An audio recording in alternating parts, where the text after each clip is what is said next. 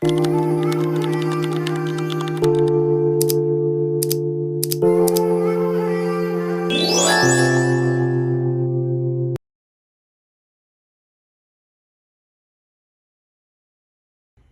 my gorgeous light beings, my healers, my star seeds, my light workers. Welcome or welcome back to my channel, The Pleiadian Priestess.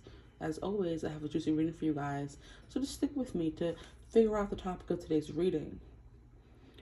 If you're still here, welcome. Thank you for being here with me. Today we're going to be going over the looks versus personality of your next partner, lover, boyfriend, spouse, whatever you want it to be. You can just, whoever is the next person you're going to be with is who we are embodying or trying to pick up on in this reading today. I feel like I've done many variations of this reading, but I feel like those are the two main things we want to know when we're looking for someone or hoping to meet someone. What are they going to be like? What are they going to look like? We're getting into it today, okay? So all your questions will be answered. Yeah, so for group one, we have, what is the name of this? I'll be forgetting. This is the Crystal Magic Tarot. I remembered. Group one, the Crystal Magic Tarot. And if you want to see what the cards look like, there you go. I already know this light gonna be a problem. For group two, we have the original Rider-Waite Tarot deck. If you want to know what the cards look like, they look like that. Okay, that's group two. And then for group three, I don't even know what the name of this deck is, which is really funny. I got it as a gift. Let me see if the booklet says what it is. The Sacred Rose Tarot. So this is the Sacred Rose Tarot. I mean, all the roses. We should know. I mean, okay, we're going to show you what the cards look like now. And that's what the cards look like. So you're going to choose the deck, the images, the color scheme, the number 1 through 3, or if you choose using the thumbnails, the thumbnail images, you're going to choose your reading or the group you want to choose. And as always, I will see you gorgeous people at your reading. Bye. Hello, my gorgeous group ones. Welcome to your reading. If you chose, why do I keep forgetting the name? The Crystal Magic Tarot, then welcome to your reading. Today we're going to be getting into the looks and personality of your next lover, partner, future spouse, whatever you want to, whoever you want this person to be, with the next person you'll be meeting, okay? Your next partner. What are their looks versus their personality? I feel like when it comes to meeting someone, this is what most people are thinking about, you know. The next thing after looks and personality would be their job, you know, family situation kind of vibe. But we're going to get into just looks and personality right now. If you guys have any topics or ideas you want to see, always comment them down below, because why not? So, I do want to get into a little bit of who this person is first. So we're going to put those to the side, and we're going to get into these cards. I want to get like a card for each. So what I'm going to do is probably pull the cards and then get into the energy. So angels and ancestors, for guys, the highest good of myself, and the trust of group one, please tell me what their person's personality is like, their next partner, the next person they're going to be with, their personality. Interesting. The dead end. Oh my. Wow. Okay. Can we get a card for their looks, please? What does they look like? Okay, so I guess their looks are more prominent than their personality. It's giving someone who has looks but no personality. But let's see, because the personality dead really said dead end. Like, there's nothing there, but looks sprouted on out. So let's see what came out for looks. We have the heart. Okay. Their looks is what's going to make you fall in love with them. The poet. Interesting. So this person looks better than what they actually are. Let's get into it first. Let me not try to read this person too soon. But I feel like those are the vibes that I'm getting. Okay. Immediately. Let's put these over here. Okay. Let's keep them separate. Or try our best to keep them separate. Okay. Now, I hope I'm not wrong. Their next partner, please. Their personality. Can we get a card for their personality, please? Can we get a card for their personality? See, it's taken a while for the cards to come out, but it's like, I don't want all these cards. I want to take this one because this came out first. So we have the Avenger. Interesting.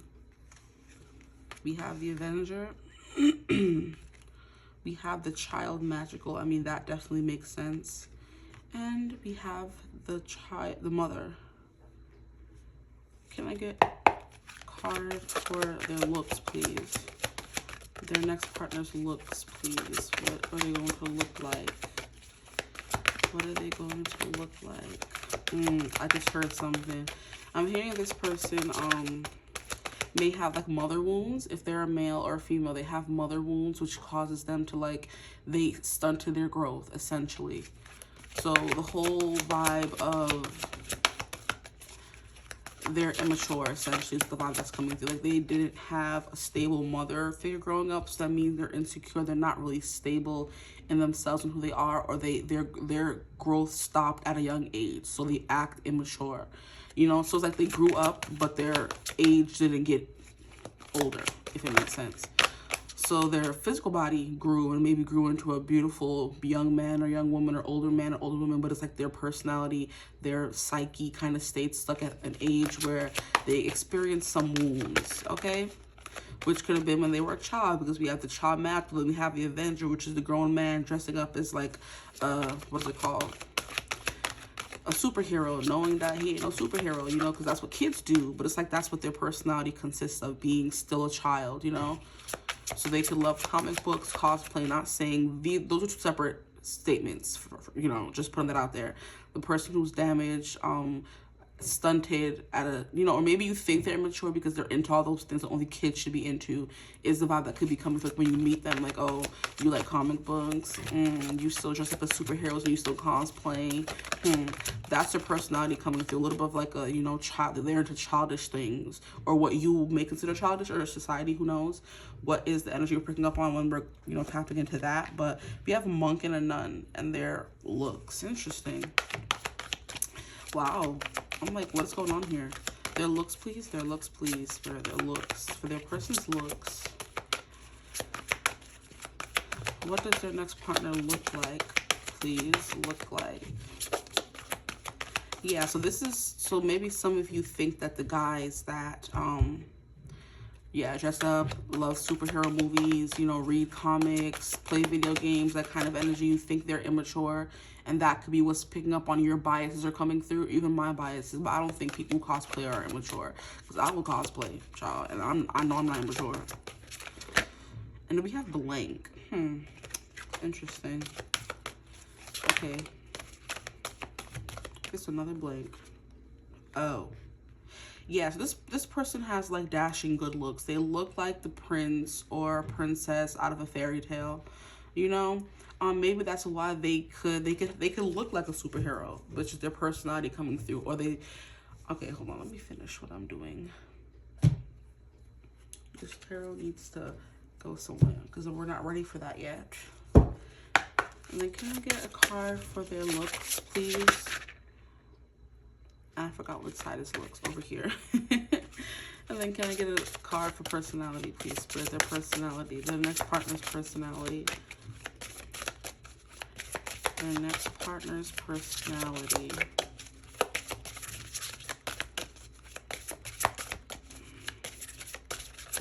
Personality. See, the personality would be taking the longest for the cards to come out. So this person is, I feel like, more complex. They're more complex than they seem at first glance, or when you first meet them. Things I'm hearing run deep, which would make sense for the poet. Maybe that's what you pick up on. They look like the tortured poet. They look like the tortured hero. You know what I'm getting? Like immediately Captain America, Steve Rogers, and very much the Chris Evans who played him. So they could look a little bit like him for some of you, if that's what you like, because everybody has a different type. I know that was my man. That's still my man. Anyway, over here, sorry. We're getting into things that we're not, y'all ain't here for to know what I like. Okay, anyway, so yes, there's something here about them being that Steve Rogers, Captain America, kind of quiet, tortured. They have the weight of the world on their shoulders. That's what they look like. Okay, I'm hearing floppy hair, so their hair could flop over their eyes. They have that innocent look about them, you know. I'm hearing doe-eyed, you know, maybe this person isn't the most experienced, you know, which would definitely tie into the whole nerd, Most girls didn't like them until they kind of grew into themselves, and now all the girls love them, but they're still this nerd at heart, you know? The person who cosplays, plays video games. It was like the guy who was not getting any play in high school, the girl who was, nobody was looking at her in high school, and then all of a sudden she grew up and sprouted, you know, she became more confident in herself, or just grew into her good looks, or they grew into his good looks.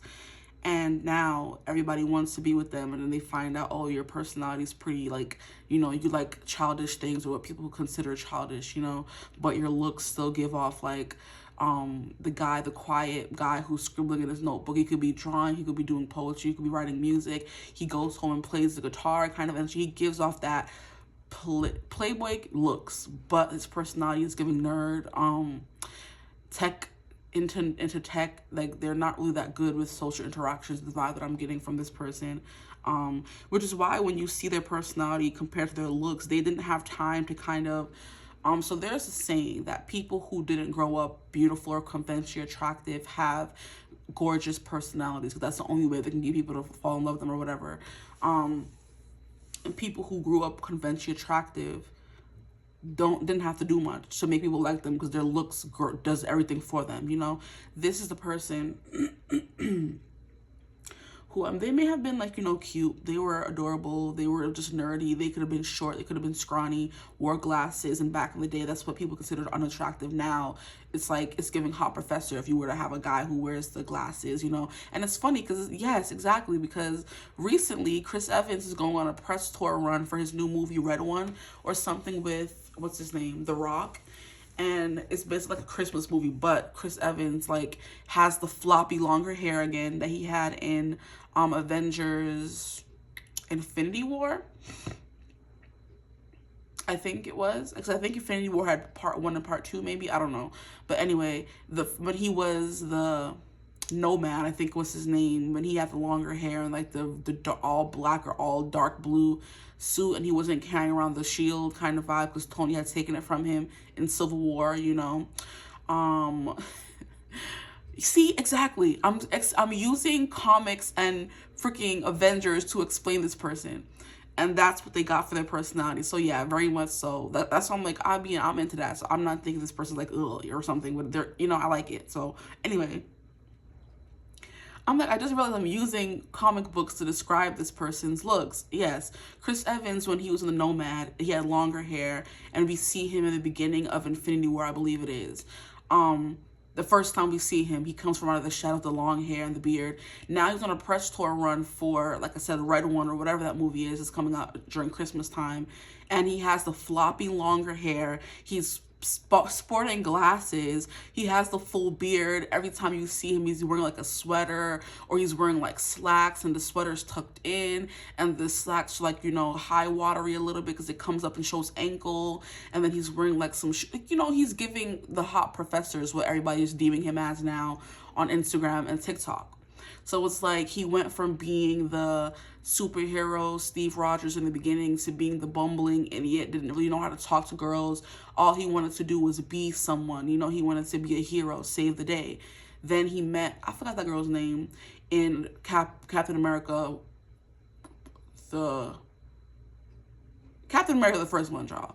He meets the girl, and they like do a bunch of back and forth. They like each other, but he's too shy to say anything. She's the one making all the moves, kind of vibe. Then we see him with his shoulder. He's gaining his confidence, kind of energy.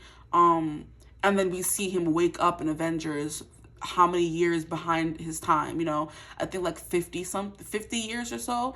He was frozen in the ice or something like that, in deep sleep, and then he wakes up to a new world kind of vibe, and he's still that age, but he's technically 50 years older. See, it's definitely tying into what I was saying. You see what I'm saying? You see how it's making sense?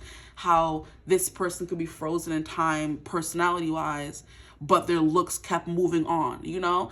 Captain America in the first movie, he was a specific age when he took the super soldier serum, and then we see him in Avengers, they find him, and then they take him out of the ice, and now he's like lost in time essentially, because he is technically 50 years older than he was, but also still the same age. He hasn't grown mentally because he was frozen in time. Boom. What was I saying? Exactly. Perfect example to use.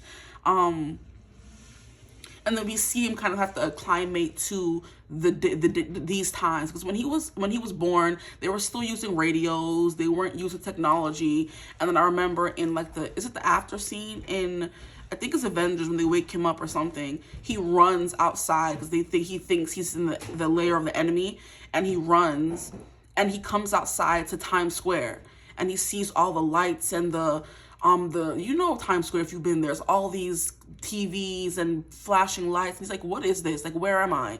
He went from being back in the day, I forget what era he's originally born in, but he could be from like the 50s maybe, you know, kind of like that era.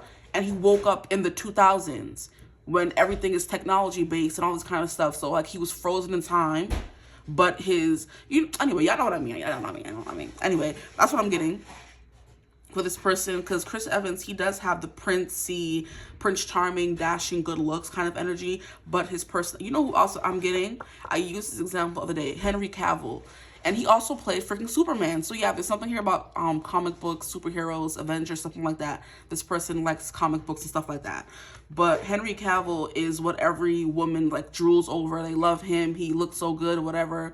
But he's a big nerd at heart. You know, he says it proudly. And he's like, yeah, I may look this way, but I don't feel this way, you know? Someone who has the looks, but they don't feel that, like, the way people perceive them, if that makes sense. So they're still just, like, a very likable person, but their looks are, like, very attractive, okay? So it's giving Henry Cavill, Chris Evans, that kind of vibe is what I'm getting for this person. And like I said, superheroes could be important for them. What is it called? Chris Evans' hobbies, he likes Broadway. Don't ask me how I know that, you're my business. He likes musical theater. He plays piano, so this person can play piano. Henry Cavill builds computers. They both love animals, which is why they're very alike in a lot of ways. They're dog dads, they love their dogs. Their dogs are like their children. What is it called? They're very, like, you know, soft-spoken, goofy, that kind of energy. So that's what's coming through for this person. They both have, like, floppy hair, you know, so that could be coming through as well. But let me pause and delve into one side individually. So we have personality, we have mother, child, magical. That's the vibe that I was getting. They could be very close with their mother. And I do know that Chris Evans and both Henry Cavill are very close with their mother. So that could be a thing as well. And they're still a child at heart. So all the things that they love as a child, they still love now, you know? So like I said, the comic books for the guys, for girls, I don't know. Playing dress up. What do little girls do? I don't know. Yeah, play dress up. They want to wear their mom's heels and wear dresses and stuff like that for girls. What do little girls do? I don't know. Play with Barbies and dolls and stuff like that. I don't know if a grown woman gonna be playing with dolls, but she could. Maybe she turned herself to the doll and now she does the stuff she used to do to her dolls, that kind of energy. But yeah, that is coming through. But there's something like very still childlike about them. They have that exuberance of youth, you know, that kind of energy where they're grown, but they still have that youthful air about them, essentially. Now, for the owl, for their personality, they are someone who's very wise. Interesting. So with mother here, this person could have like a very mother bear protective personality, because it's funny how on their looks they have the bear. Oh my gosh, I don't know why these things be coming through. What is it? There's like a sound bite going around on social media. Like, if you, like, I can't do the voice, but it's like a really gruff voice. Like, if you see me in a fight with the grizzly bear, save the bear. That just came through, so that could have some significance. I don't know. Yeah, if you see me in a fight with the grizzly bear, save the bear. So essentially, this person could protect themselves. I don't know, but that's funny. Whew. So we have that coming through. But yeah, we have mother, then we have bear. So mama bear kind of personality. They're very protective, very maybe private about their life. They could have kids. They could be a mother. They could be a father, that as well. We have the owls, so their personality is very wise, you know. They're giving paradox, okay? So both things are true for them. They're both they could come off as immature, and they like immature things, but they're also very wise and smart, you know. It's giving like a quiet confidence where they're not like bold and boasty with their looks. Even though they have them, because we all see what the cards are saying over here, they have it, but they're just like, they're still like modest. There we go. Humble is the vibe that's coming through for this person when it comes to their personality. We have the Avenger, which is desire to balance the scales of justice, righteousness on behalf of society or oneself. So yeah, they could deem themselves a person who protects everyone in their inner circle. You know, they want to make sure everybody is safe, everybody's feeling okay, everybody's doing okay. And for their personality, we have 2 green cards, and green is like earth, wealth, stability, so you're grounded. So we have earth sign energy coming through on this side. So we have Taurus, Virgo, and Capricorn energy for this person. And then the owl, they see things very clearly, you know. And it's funny because Chris Evans is also big on politics, you know. He launched his own app or website. It's like ASP or something like that, where he helps young people learn about politics. Because the one thing a young person will always say, oh, politics are too confusing and da-da-da-da. So he specifically made this app and this platform where he talks to different politicians in different states to get their views on things. He asks them the questions we may not be able to ask, kind of energy. So he helps young people learn more about politics. You can't use the excuse, oh, I don't know anything about that, or it's too hard, you know. So this person could be big into politics and stuff like that. Yeah, that as well. But I don't know, with this dead end, I'm hearing there's something like hard to obtain about their personality. They do have all these great characteristics beneath the surface. When you first meet them, you would not think that, because they could come off maybe aloof or cold. Maybe you're flirting with them outright and they don't reciprocate because they don't think you're flirting with them, because they came from being really nerdy and they don't really think of themselves as Casanova, beautiful person that everybody else perceives them to be. So they're kind of like, you know, reserved, and you're flirting with them. We're going to be very, you know, humble about it. But you have to kind of be like, oh, like, I don't think you have to be anything. If you, like, I'm hearing if you stick it out long enough, or you stick around them long enough, I do think, I'm hearing something breeds comfort or something like that. So the longer you're around them, the more you get to know them, the more they become comfortable. They may be assertive and asking you out or wanting to be with you kind of energy, but they're not going to be like, oh, I like you, go out with me. They're going to, you know, they want to build upon something first. This person could be like someone who is, like very modest, you know.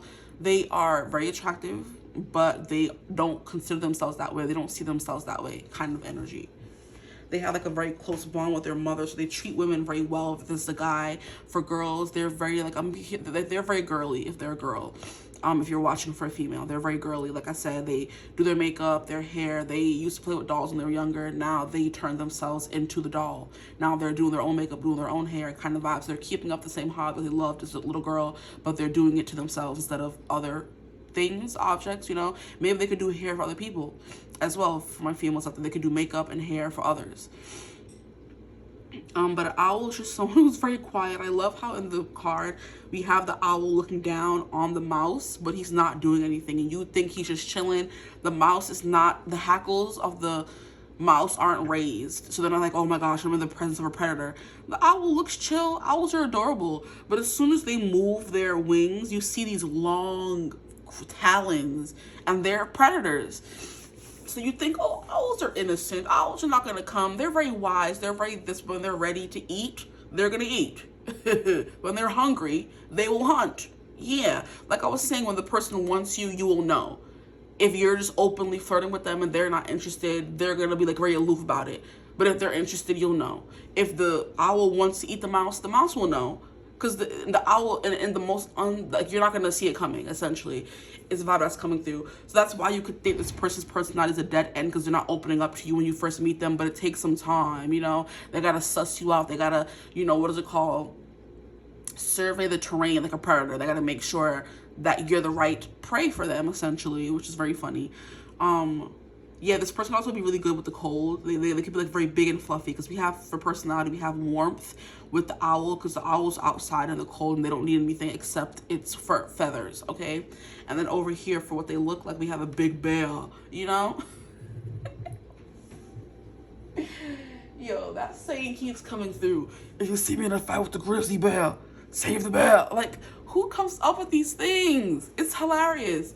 But yeah, this person could, like, people, they could take care of themselves, okay? They are very big and very buff. They have nice muscles, because as Chris Evans and Henry Cavill does, as all superheroes do, as Superman and Captain America did. So this person does take care of their body very well, and that's the big thing that Henry Cavill's about as well. They're all about he's all about his health, and helping others with their health as well. So between Chris Evans and Henry Cavill, y'all got y'all a good one here, because their personalities are really good.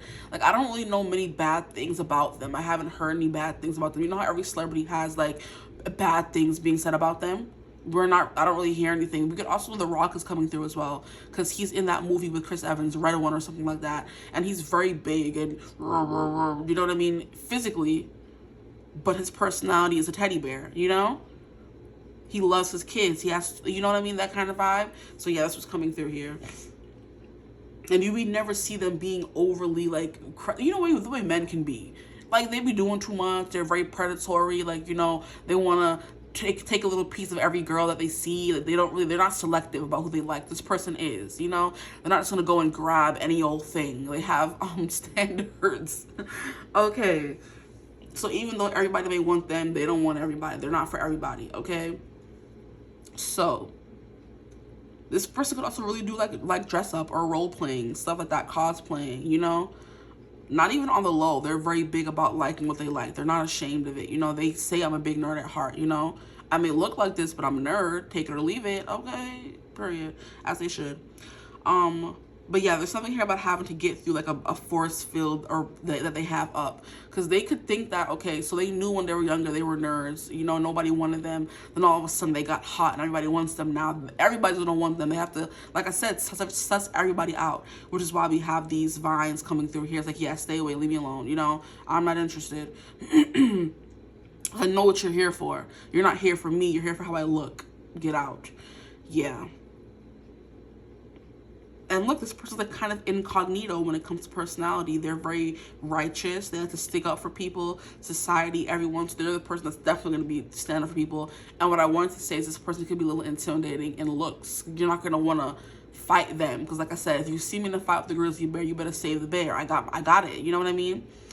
And it's funny how I was watching a video yesterday about this lady who was like, she was in a coffee shop and the coffee shop were full of women. And this guy came in and he was like trying to talk to one of the girls in line, and she wasn't paying him any mind. And he was like, "Oh, you're really rude or whatever." And she's like, "I'm not trying to be rude. I'm just tired and I want my coffee and I'm gonna be late for work." He's like, "Oh, well, when January 2025 hits, you're not gonna be choosing the bear then," or something like that. Because I think on social media there was this big like thing about where the guy or a bear and the girls were saying, "I would choose the bear because men ain't nothing," kind of vibe. And he was like, "Oh, I bet when January 2025 comes, you won't be choosing the bear then," basically giving her a thinly veiled threat, saying when Trump gets into office, you're not gonna have a choice, because like this whole your body my choice BS going around these days, you know. So she was like, strap up, take defense classes, make sure you have your, you know, make sure you're protected, mace, knives, get your license and carry if you need to, because once January 2025 comes, these men are going to be getting really boasty, you know? So protect yourselves, because she saw it happen and that man's not even in office yet. She's like, be careful. And it was an older lady too, she's like, you girls, it's going to be a free-for-all, honestly, out here. So this person could be big about that. They would be the guy who would come and defend you, because there are good guys out there. No matter how hard it is to believe, I don't believe it sometimes, but I guess. No, I'm saying that there are good people out there. So there are guys who will stand up for you, and there's some guys who take advantage. This is the person who will be helping you if you were to ever be in trouble. And it's funny as well, because there was like also a post on social media where this lady was asking, what is one celebrity you would feel safe being in a room alone with? And the few that came to mind were Keanu Reeves, because he's a sweetheart, Henry Cavill, I would trust him. Who else? Probably Denzel Washington. He's like an upstanding guy. You know what I mean? Pedro Pascal. He's a cutie. There's a few celebrities who you would feel safe being in a room alone with. Some of them you wouldn't. And those are the Diddy's and the rest of them. You know what I mean? Anyway, but yeah, this is someone who you will feel safe in a really male-dominated environment, because they're there to help you and protect you, because they're going to be in their mama bear energy personality-wise, you know? So yeah, they stick up for the underdog, and they consider themselves, they want to be the superhero they write about in all their books and watch in their movies. That's a person they, you know, aspire to be, which is really sweet as cute, right? Okay. Yeah, now let's go over the looks. With the looks, we have the heart coming through. And then we have the poets. Like I said, they are heartthrob, ascend literally with the poet. They could write poetry. They look like they write poetry. I don't know what guys look like they write poetry, but that's what this person looks like. You know, the person who would be in like at a slam poetry thing, or the quiet guy in the corner who's like brooding and intense, and no, he doesn't talk to everybody kind of vibe. There's like a broodingness to them. Like I said, it's giving the floppy hair, the intense eyes. I'm hearing the pouted lips, so that could be coming through as well. But this person has a big heart. And there's like I said, there's an innocence, princeliness about them. Because we have king in this archetype deck. But for you guys got the prince. So there's something like, you know, boyish about them, their looks, you know. For girls, there's something girlish. There's something girlish or princessy about their looks, okay, if that makes sense for you guys. And then we have the bear coming through for their looks. So it's like giving someone who's very docile. They're not giving someone who will force you to do anything or force anything on you. Because when we think of the poet and the heart, this is someone who has like a lot of heart, you know. I was hearing something. They have a lot of heart. They have self-respect. It's not what I was hearing, though. What was I hearing?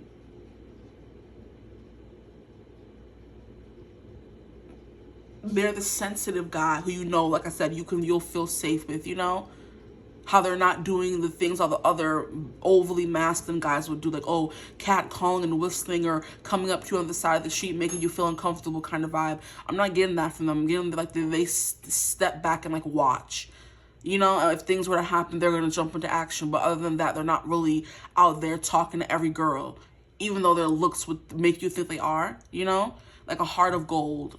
Essentially with this person, they look like they're like just sweet. And the guy who could be like maybe a little feminine, is the vibe that's coming through for this. They're a feminine guy, and not like they look feminine. They could look feminine, but it's like they give off an air of non-threatening, I should say. That's the vibe that their looks are giving off. Because they look like the hopeless romantic, the guy you see in all the movies, how they have that charm, and, you know, I'm hearing, like I said, a boyish smile or something like that. They make you feel safe. And with the poet here, we have hands carrying a light orb, so it looks like they're like light, and they're not really, see, so they do have that intense energy, but it's like sensitive soul, you know. See, and I'm hearing, what's his name from Lion King? Which one is it? Timon? No, Pumbaa. Pumbaa is the husky one, right? And look, we have the bear coming through. Yeah, he's like, I'm a sensitive soul, though I seem thick-skinned. So that's what's coming through for this person. They look like a bear, but they're a sensitive soul. They could be a musician. I'm hearing, what is that new album by Taylor Swift? Something about the Tortured Poet Society or something like that. Something like that. That's what this person's giving off. But yeah, like I said, like the two people in I'm also getting Shane Gray from Camp Rock, because there's a specific scene in Camp Rock where Shane takes Mitchie, I think her name is, out on the lake, and they're just there giggling and laughing, and then you see, what's her name? You see Tess on the land just mad in the movie, like, because she wants him but he wants her kind of energy. That's why what's coming through. But people could be mad when the person chooses you because they want them, and that's what's coming through. But like we have all these, I think they're vines. They could be vines or ropes or something, but it's like when you're with them, you're in your own little bubble, you're laughing, you're giggling, but then there's people on the outskirts. They be mad that they can't get to your person, they can't get to you guys. And then we have a monk and a nun, exactly. So yeah, we have someone who's a reserved person, like looks wise. I don't know how you can describe that look, except someone who just sticks to themselves. You know, they look good, but they're not showy.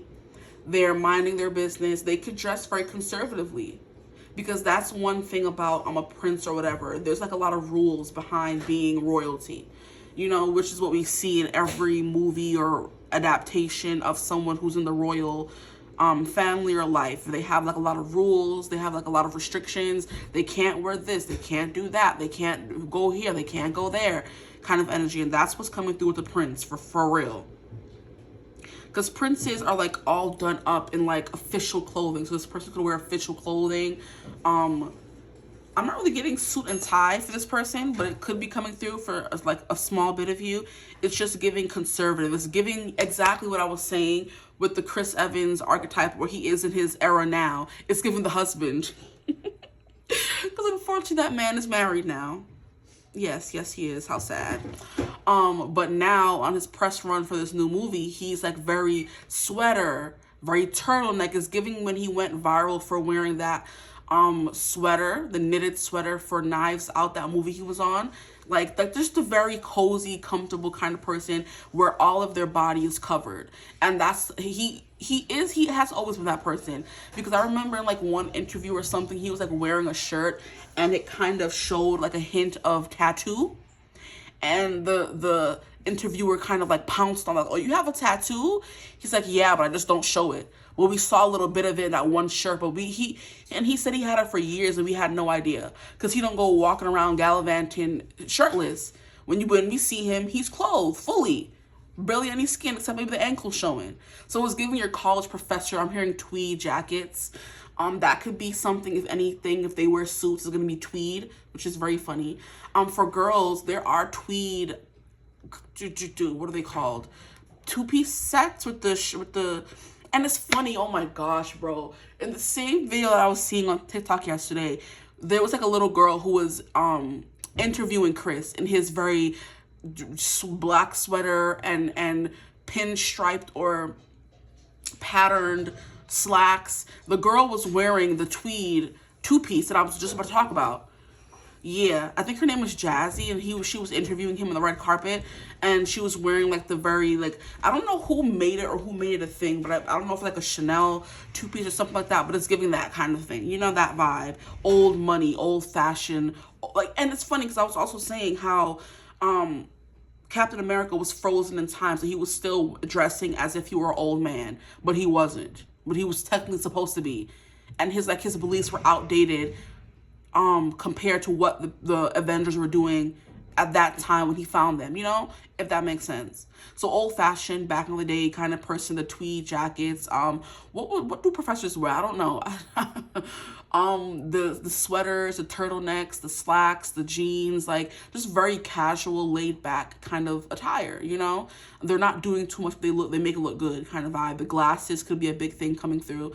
The floppy hair, the disheveled appearance maybe sometimes, you know. Yeah. But they look like a respectable a respectable human being.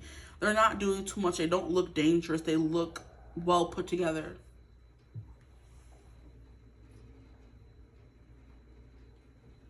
Sorry, I got distracted.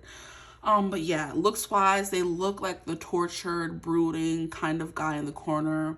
That's the vibe they give off looks wise. Let me see if I can get anything. Hands are coming through for this person. And I was going to say they could have the veiny hand, but they didn't want to make it gender specific. But yeah, we're putting that in there. The veiny hand, since I just noticed it again. The hands are coming through. There's something about them that glows. Even if they're wearing all black, which could be something this person does wear a lot. Because that same interview I'm talking about, he was wearing all black, but he was still glowing, you know. They could wear jewelry that glows. They're very romantic. They take a romantic approach to things. So Prince, romantic charm and potential for power. They do have like a string or undercurrent of a ripple. Yeah, that's the right word. A ripple of power to them, you know. And that's the looks that there could be imposing physically, you know. Big and tall kind of vibe. 5'11" and up is what I just heard. So that could be a vibe for this person. A monk and a nun. They do dress conservatively. They have a big heart. They could wear pink. Like flowers, because we have like flowers coming through here, vines, tweed, twigs. They could take like a very earthy approach to how they dress as well. And I'm trying to find examples for that, because I really don't know how men dress. I really don't. What is an earthy approach? dark browns, neutrals, you know. I'm hearing tweed again. So browns, neutrals, blacks, creams, the sweaters they wear, stuff like that, the pants they wear, they could be in sweats a lot. I'm not getting a big sweats vibe from this person, because even those guys back in the days, they prided themselves on dressing nicely each time they went out, you know? So it's like a very, I'm hearing formal or authority figure kind of vibe, you know? Very important persons, what they look like whenever they go out, okay? So now what I'm going to do is finally get into the tarot cards and see what else we can get. And you guys got the crystal. You guys chose the crystal magic deck. And look, we're talking about hands. If you're watching for a female, she could wear her nails, you know, the acrylics.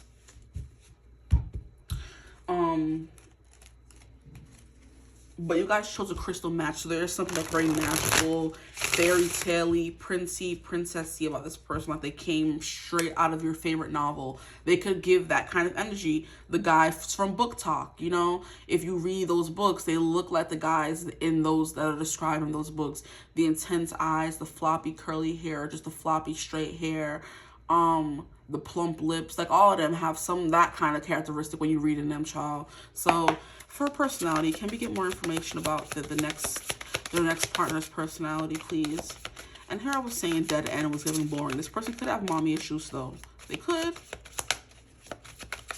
And when you first meet them, you think their personality is like very dead because they don't open up very easily to people. But when they do, it's like, oh, okay, you know. Oh, I can't stand you. We have the Fool.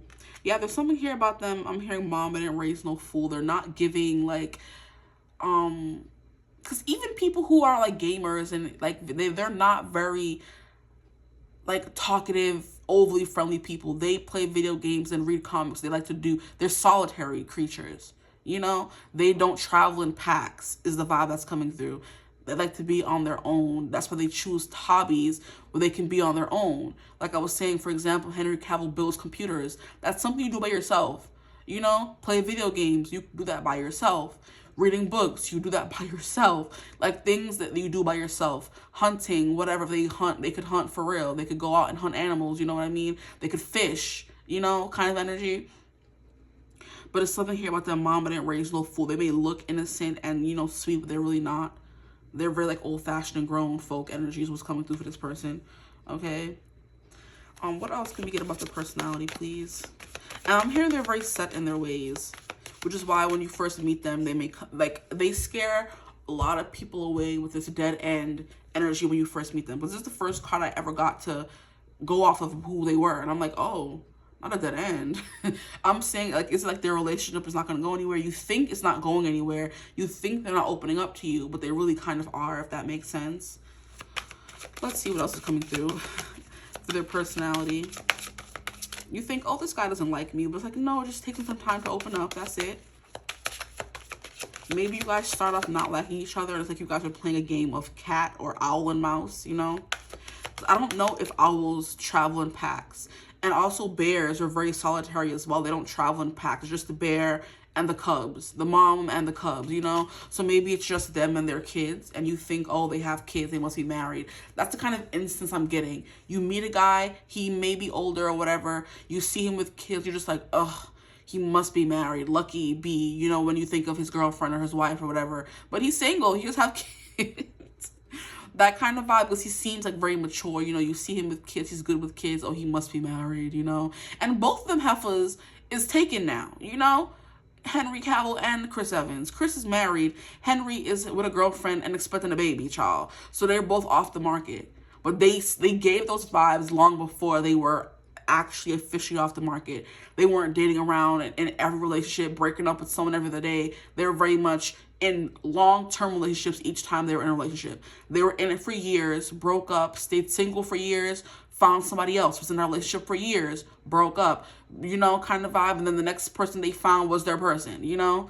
So very much like old-fashioned, I date to marry, not to be having fun and playing games with people is what their personality is definitely saying. I'm not playing games, doing whatever, you know, just going where the wind takes me. No, I have a plan, and I'm, you know, doing things to reach a specific outcome, you know?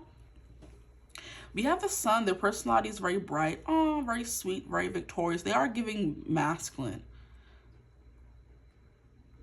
They are giving masculine. They may look very feminine and very cute and innocent in looks, but when it comes to their personality, it's very old soul-y, you know? Like back in the days, grumpy, kind of your next door neighbor who's old and just like grumpy, and they just grunt and don't really speak, and they like to spend time on their own. And they get like, oh, those, what is it called? What do they call the people?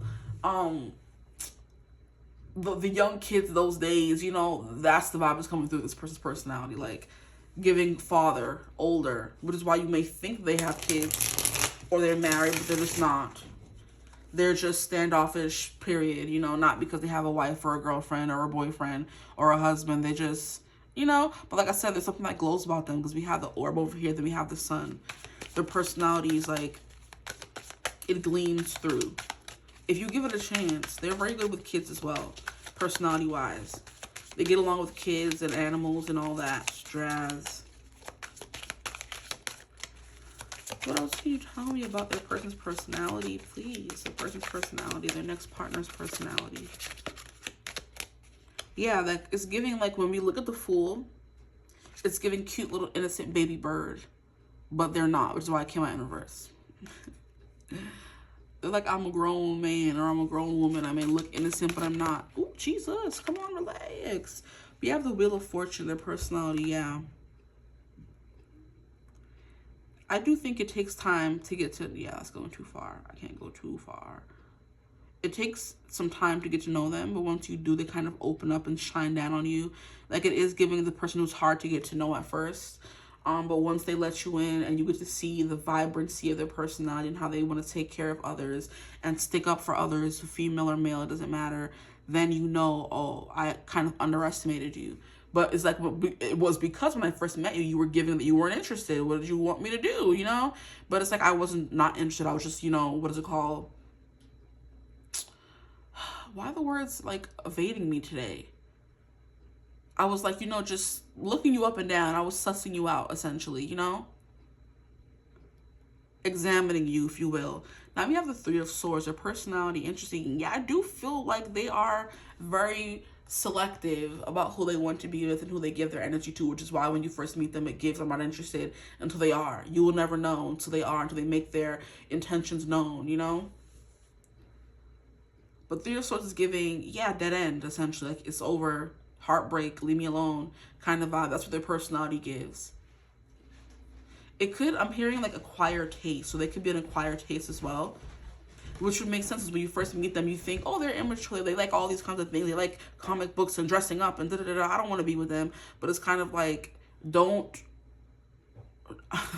knock it before you try. Like, don't, I'm getting all the sayings except the one I want. Don't knock it until you try it. Don't judge a book by its cover, but that's not what I'm trying to say. Don't write them off too quickly. Thank you. Like, dang.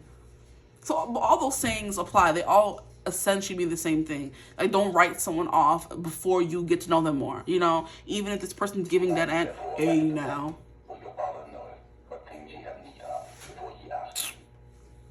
Oh my goodness. This person could be spiritual. They're very religious. Because here we go. The whole Lord's Prayer. Does he only do this at 12 o'clock?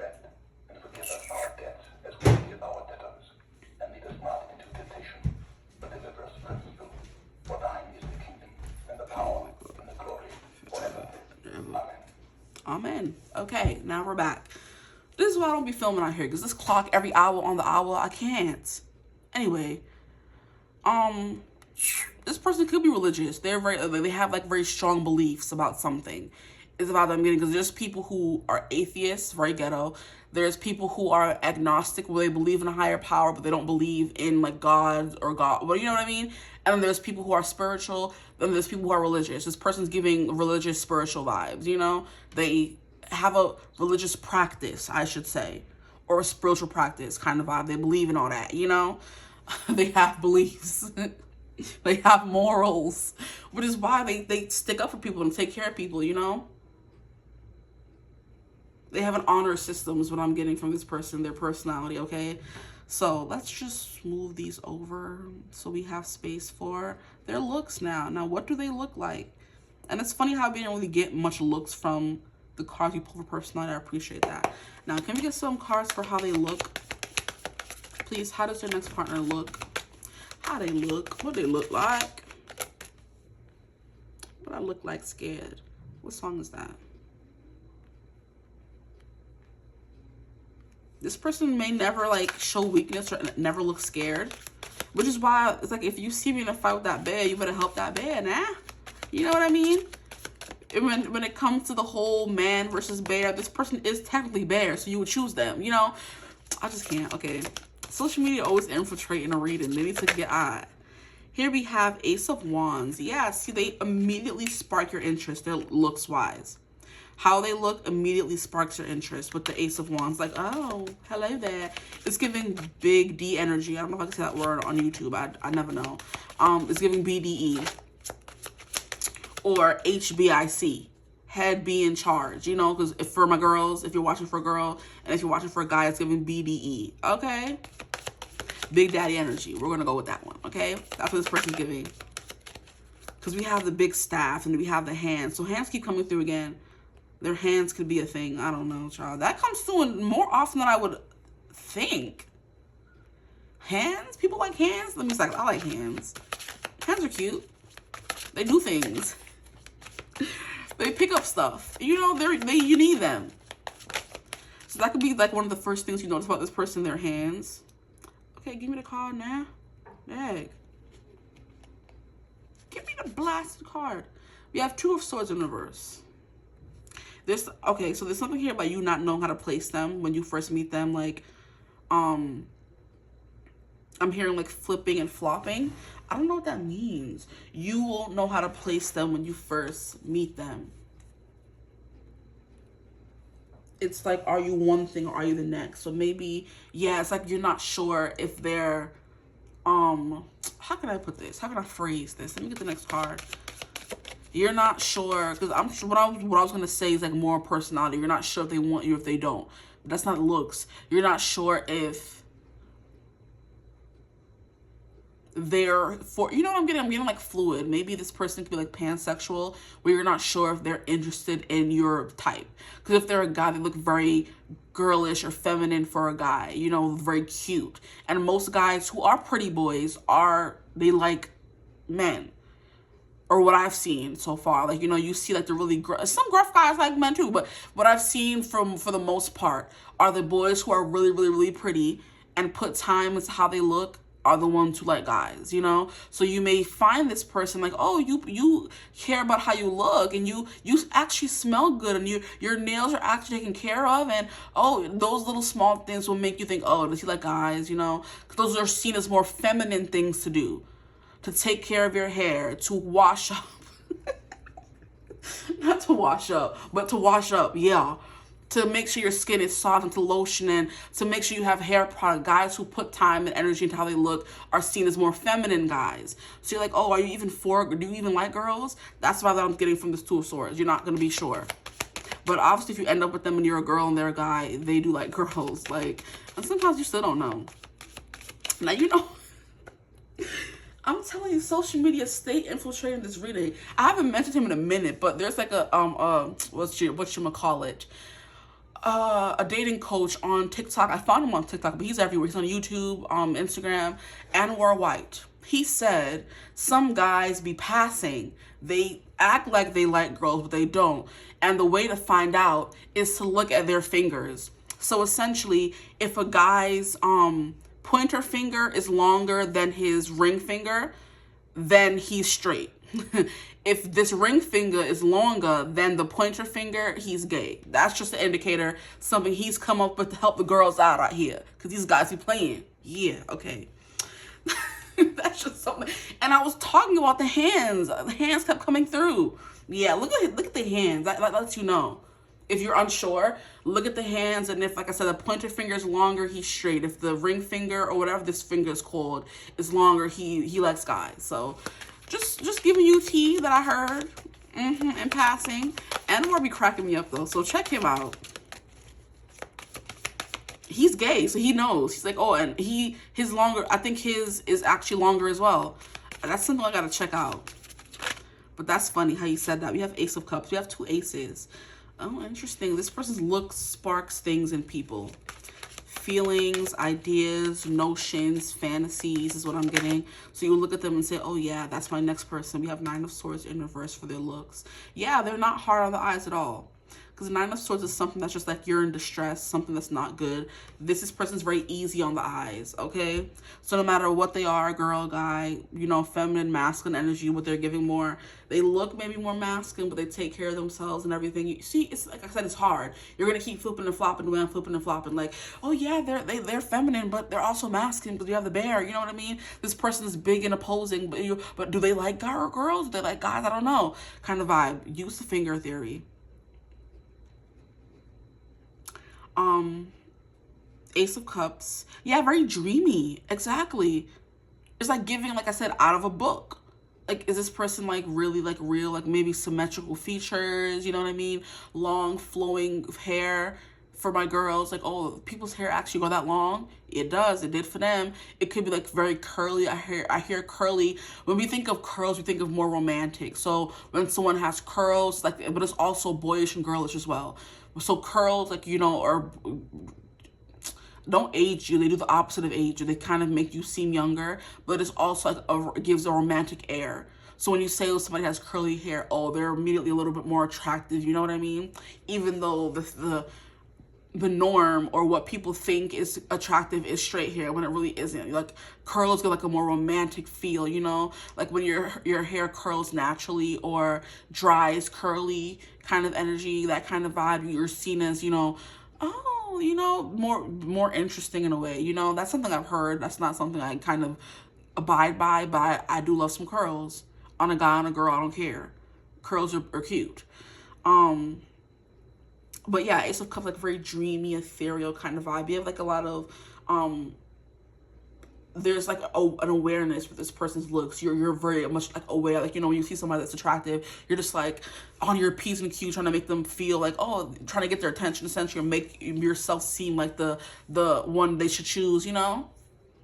The optimal candidate for dating, essentially. But yeah, there's nothing, okay. This person's eyes can be hard to read because we have the 2 of Swords. Her eyes are being covered. So when it comes to looks, like I was saying, very like, you know, casual vibes. And it's funny how I was talking about like neutrals and browns and nudes, and that's what she's wearing in this card here. And the wood is also neutral. And then here we have like green, which was coming through over here. And then we have black. So these could be colors they wear. We have pink coming through twice too, so this person could definitely wear pink.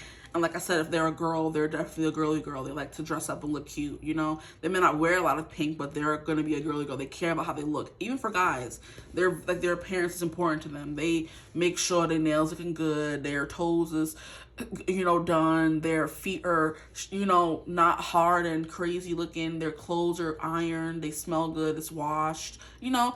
They take pride in their appearance, man or female. Okay. Anything else coming through? Glasses again keeps coming through. Like, yeah, she's covering her eyes. There's something blocking their eyes from you being able to fully see it. And glasses don't fully block your eyes. You can still see someone's eyes, but there's the barrier, you know? So yeah, glasses keep coming through. Flowers, bright, vibrant pinks and stuff is definitely something coming through for women if you're watching for a woman. And even some men feel comfortable wearing purples and pinks, so go off. Every color of the rainbow. But they are very earthy, so I do feel like it is more neutral tones, like more greens, you know, beiges, browns, you know, stuff like that. White, creams, something like that. They give like a very comfortable, cozy vibe. Maybe sweats, like I said, is coming through a little bit, but not too much. Maybe when they're at home alone, they're wearing sweats, but I don't think they're wearing that like outside because they have a persona to uphold. Okay. Anything else coming through for their looks? Just easy on the eyes. Apparently they have nice eyebrows. And look, we're seeing her lips here, so very plump lips. but they seem to glow from within is about that's coming through. There's something that just like immediately piques your interest when you see this person, you know, like, oh, they're attractive, like their features are very even, like, oh, they dress really well, their hair is really nice, there's something about them, like this hair he's coming through. So hair, curly hair, floppy hair, straight hair, all that is coming through.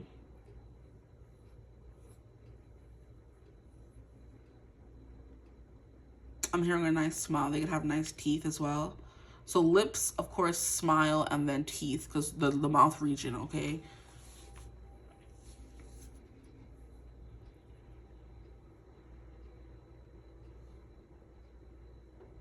I don't think I even read the selfless devotion and single-minded dedication to spirit. That is, what is it called? Giving, like I said, spiritual and religious by itself. They have a nice heart. They look like they look nice and friendly. They look, like I said, approachable, or someone that everybody would say is attractive. You know, like, do you think that person's attractive? Yeah. Would you want to go talk to them? Oh, I don't know about that, but they're cute. You know, I would want to be around them and know them.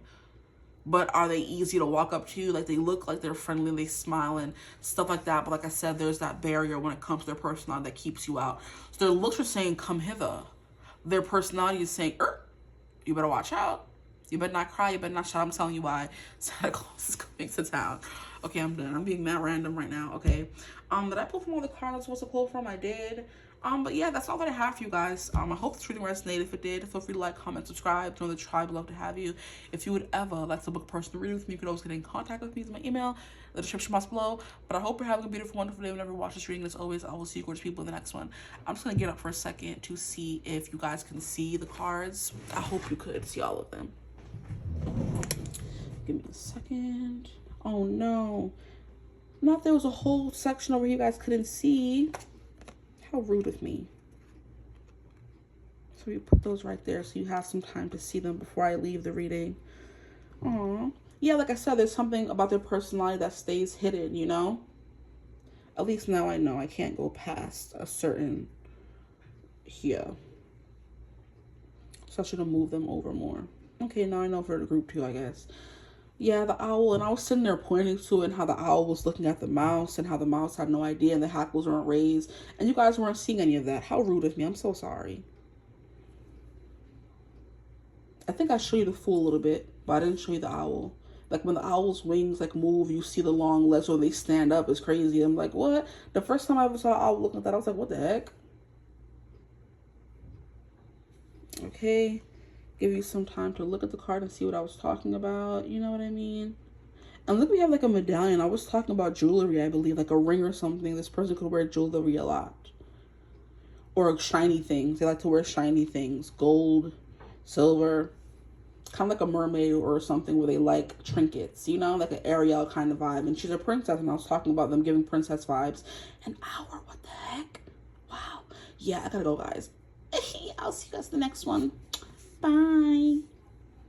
Hello, my gorgeous group 2s. Welcome to your reading. If you chose the original or traditional Rider-Waite tarot deck, then welcome to your reading.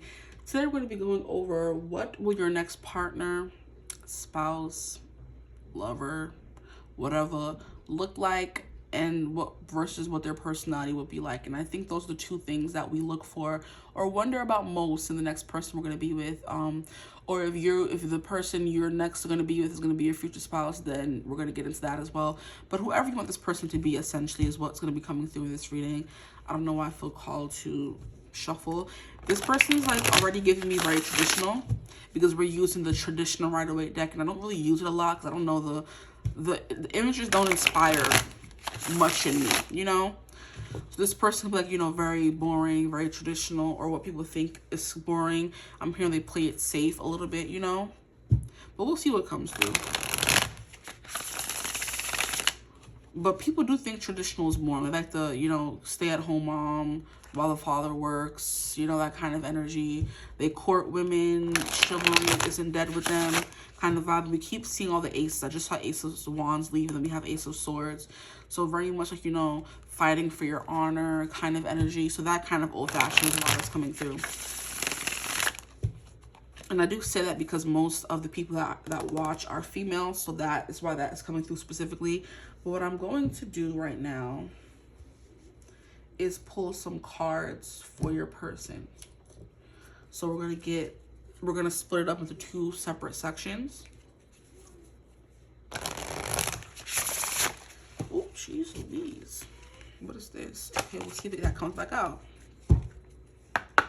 Can I get a card that represents their person's personality? Please spread their person's personality for my group 2s. Their person's personality. What is their personality like? What is their personality like? We have the honeybee and we have the horse. So they're working a lot. Their personality is they don't give up, relentless. They could be very fast, move fast, talk fast. Let me get some cards. Can I get a card for their person's looks, please? Their looks. What does their person look like? What does their person look like? Please, Spirit, what does their person look like?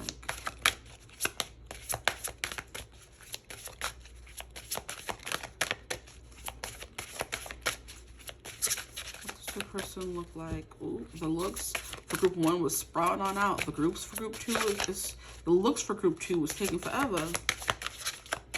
I love the differences in the groups. My group 2s, please, their looks. Let me get something about their looks. Maybe they don't put a lot of time or energy into their looks. Maybe they're just like a I woke up like this kind of person. I leave the house how I woke up, you know, whether they look good when they wake up or not, you know, I guess it just depends. Wow. Yeah, this person's giving me trouble to get about their looks. Maybe they don't like talking about them. They don't like the way they look. I don't know. Group 2, please. What does their person look like? That's too many cards. What did we get though? Ooh. Ooh. Ooh. Okay, hold up now. I got a card that I've never seen yet. Okay. What does your person look like, please, Spirit? Can I get 1, at least 2? That was too many the first time. You got...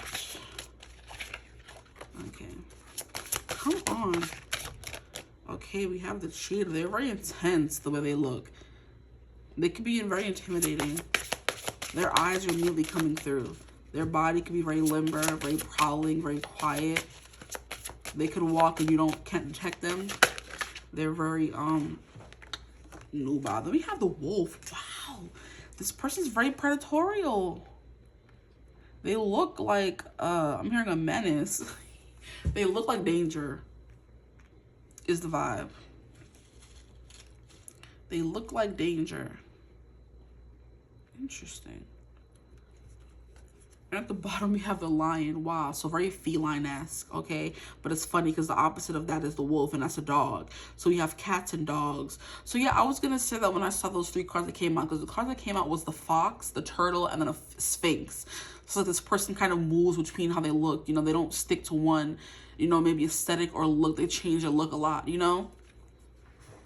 How do you go from being a feline to a dog, essentially, you know, a canine, a feline to a canine, you know? But they're both very predatorial, and these are both wild animals, you know? And they both go and rip you limb from limb. So that's how this person looks. Like they could rip you limb from limb. Sorry, that's not funny. That they can rip you limb from limb. Interesting. I was getting that vibe from the horse. That they could tramp you, that they could stomp you, that they can, you know, rip you apart. You know what I mean? Slap you up a little bit. I must be stopped. I can't stand me sometimes. Okay, I'm done. So, can we get more about their personality, please, Spirit? Maybe I should just stick to one and stop flip-flopping. But we're going to get, I mean, the deck, we're getting from both sides. More about their personality, please, Spirit. What can you tell me about their next partner's personality? So yeah, this person is giving very scary, intimidating, imposing vibes. Servant. Interesting with servant. And yeah, that's the honey bit they like to give. Wow, this person's like giving like gentle giant or someone who's like big and manly and then very feminine and, you know, soft. A little maybe submissive. Then we have a girl who could be very big or very small and petite and she's like, you know, a loud mouth and wants to get her way kind of vibe. It's giving opposites. we have Hermit, we have Queen, and then we have Athlete. I was getting that vibe for you guys. This person could be an athlete. These are way too many cards, though, so no, this won't do. Poet came through for group 1. Interesting. Their next partner's personality, please. What can you tell me about their personality? Please, Spirit, what can you tell me about their personality? Their next partner's personality. We have what? Victim. Interesting. Yeah, their personality is very submissive. I'm hearing subservient. And then their looks are very much the opposite of that.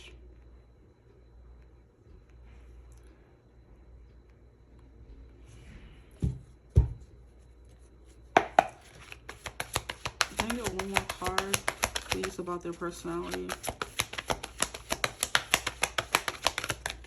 One more shuffle through. If the card will come out. Oh, okay. So their personality could just be very quiet. I'm hearing very reflective. It's not what I wanted to say though. Their personality is like very reserved, very quiet, very introspective. That's the word I was looking for. I'm like, let me just repeat it and see if it comes through. Very quiet, subservient, introspective. So someone who's in their head a lot is what their personality is coming through as.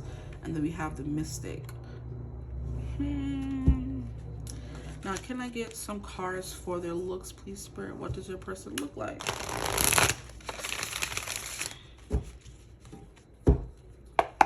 What does their person look like, please? What does their person look like? Their looks. The Detective. Yeah, they look like they're dangerous. They know things that they shouldn't know. They read you like a book is what their looks are saying. They're assessing you in fine detail. I'm getting like a very specific image of a computer scanning someone. So it's like, it was from a show or a movie. I'm trying to remember what it was from. Like a show or a movie where it was like the computer was assessing the person and looking them up and down and scanning them to see if they were like good or bad or like something, you know, like giving like very robotic, vicious, cold kind of energy is what they look like. And we have the Rebel. I mean, no, what are you telling me?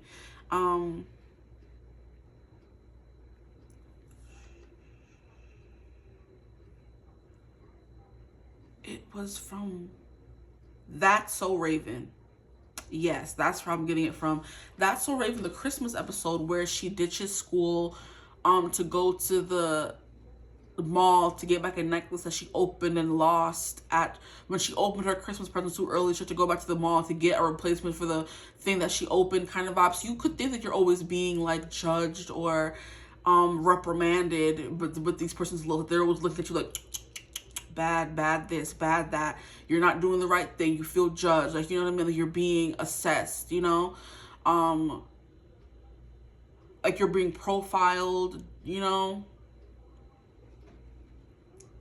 But yeah, that's the episode where the teacher, they ended up seeing the teacher. They had a substitute, which is why they kind of snuck out that day. But the teacher ended up being at the mall with it wasn't really the teacher, you know. But what they said about that guy was like he like had like a crink in his neck and he would always like scan people and like move like very robotically kind of energy. You know what I mean? And then even in the show, we had a scene in his perspective where he was looking like scanning the mall and he looked and just like kind of like did a quick scan of something, or Raven and her friends or something like that, but it wasn't the teacher. It was actually like a robot or something. I don't know, but we were in his perspective, and that's the scene that I was initially getting.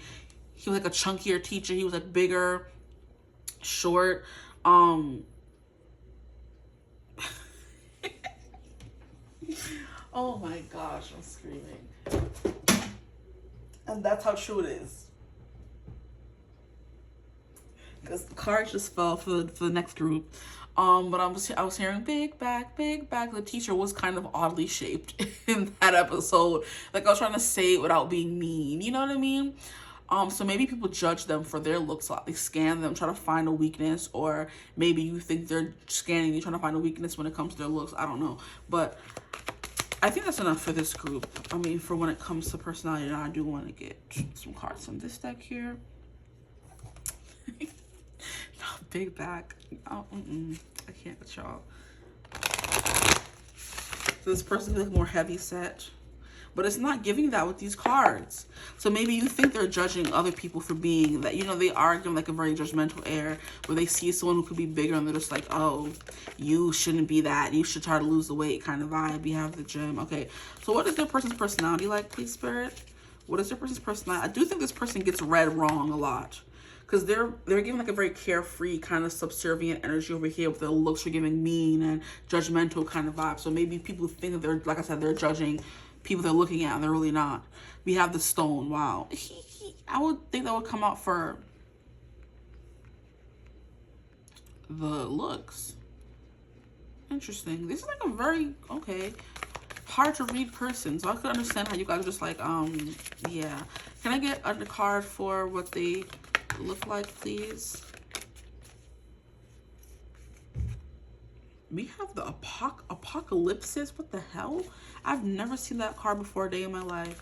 And look at how we're getting like patterns. This person's scary to look at. They're scary. They're mean. They're imposing. There's something. I don't know. Because I can't look at this. I feel uncomfortable looking at this picture. Ooh, I don't like it. Okay, can I get one more card, please, for their looks, their person's looks, please, Spirit, their person's looks. I need all the help I can get. We have the empty room. We have the medallion. We have the Kairos. We have the warrior. They can look like a warrior. Then we have the bardo. And look at how we have the skulls and everything. Yeah, this person's scary. Very intimidating. We have the snake, and then we have the dead skull of an animal. It's just like, they look like that. Whatever that means, I can't. I'm like, they look like that. Like, you don't even know what I'm talking about, but I don't know. They look like a skull or, oh my gosh, I can't stand myself. They look scary. That's all I can say. I'm gonna leave it at that. Can I get one more card for this person's looks, please? Can you help me? But their eyes are a thing here, definitely. Their eyes and their voice. They have like a very menacing voice. And then we have the creator. I don't know, this person's like an enigma a little bit to me right now, but let's try to get into the energy really quickly. Yeah, this person doesn't really care too much about how they look, because like I said, we have the rebel coming through here. So it's like, okay, I look like that, and what? You know what I mean? You're gonna say it to my face, you know? But you wouldn't, because you're scared, you're terrified. And these are kind of the same energies coming through here. This is a very odd duck, I would say. Okay, so then we're gonna move these over some more.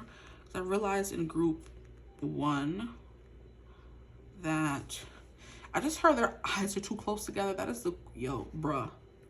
Their eyes are too close together. Because I don't want to make these too close together. But I have to, because it wasn't being shown in group 1. The cards like over here. It's just when I want to make sure you see them, okay? Let me see if you can see them. Yeah, see, servant is still cut off. Let's see.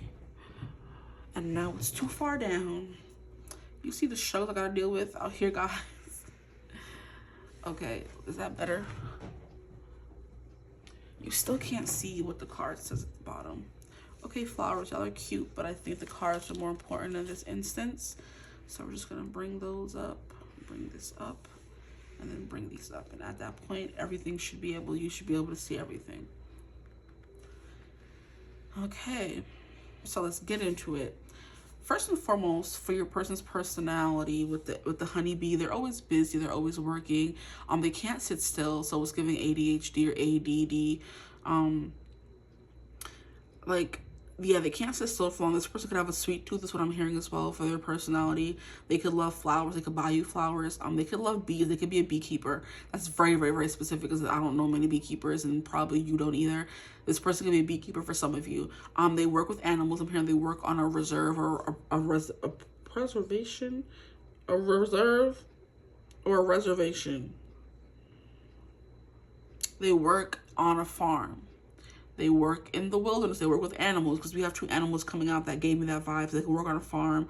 And you know how some farms keep bees and make honey, and then they have horses and stuff like that. You know, they live in nature out in the wilderness. This person loves the wilderness, okay?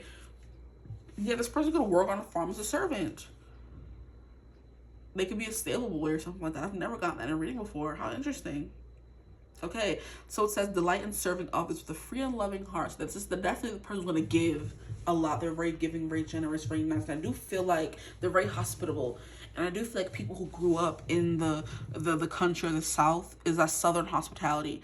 So this person could be Southern, and they have that Southern hospitality that they kind of extend to everyone that they meet.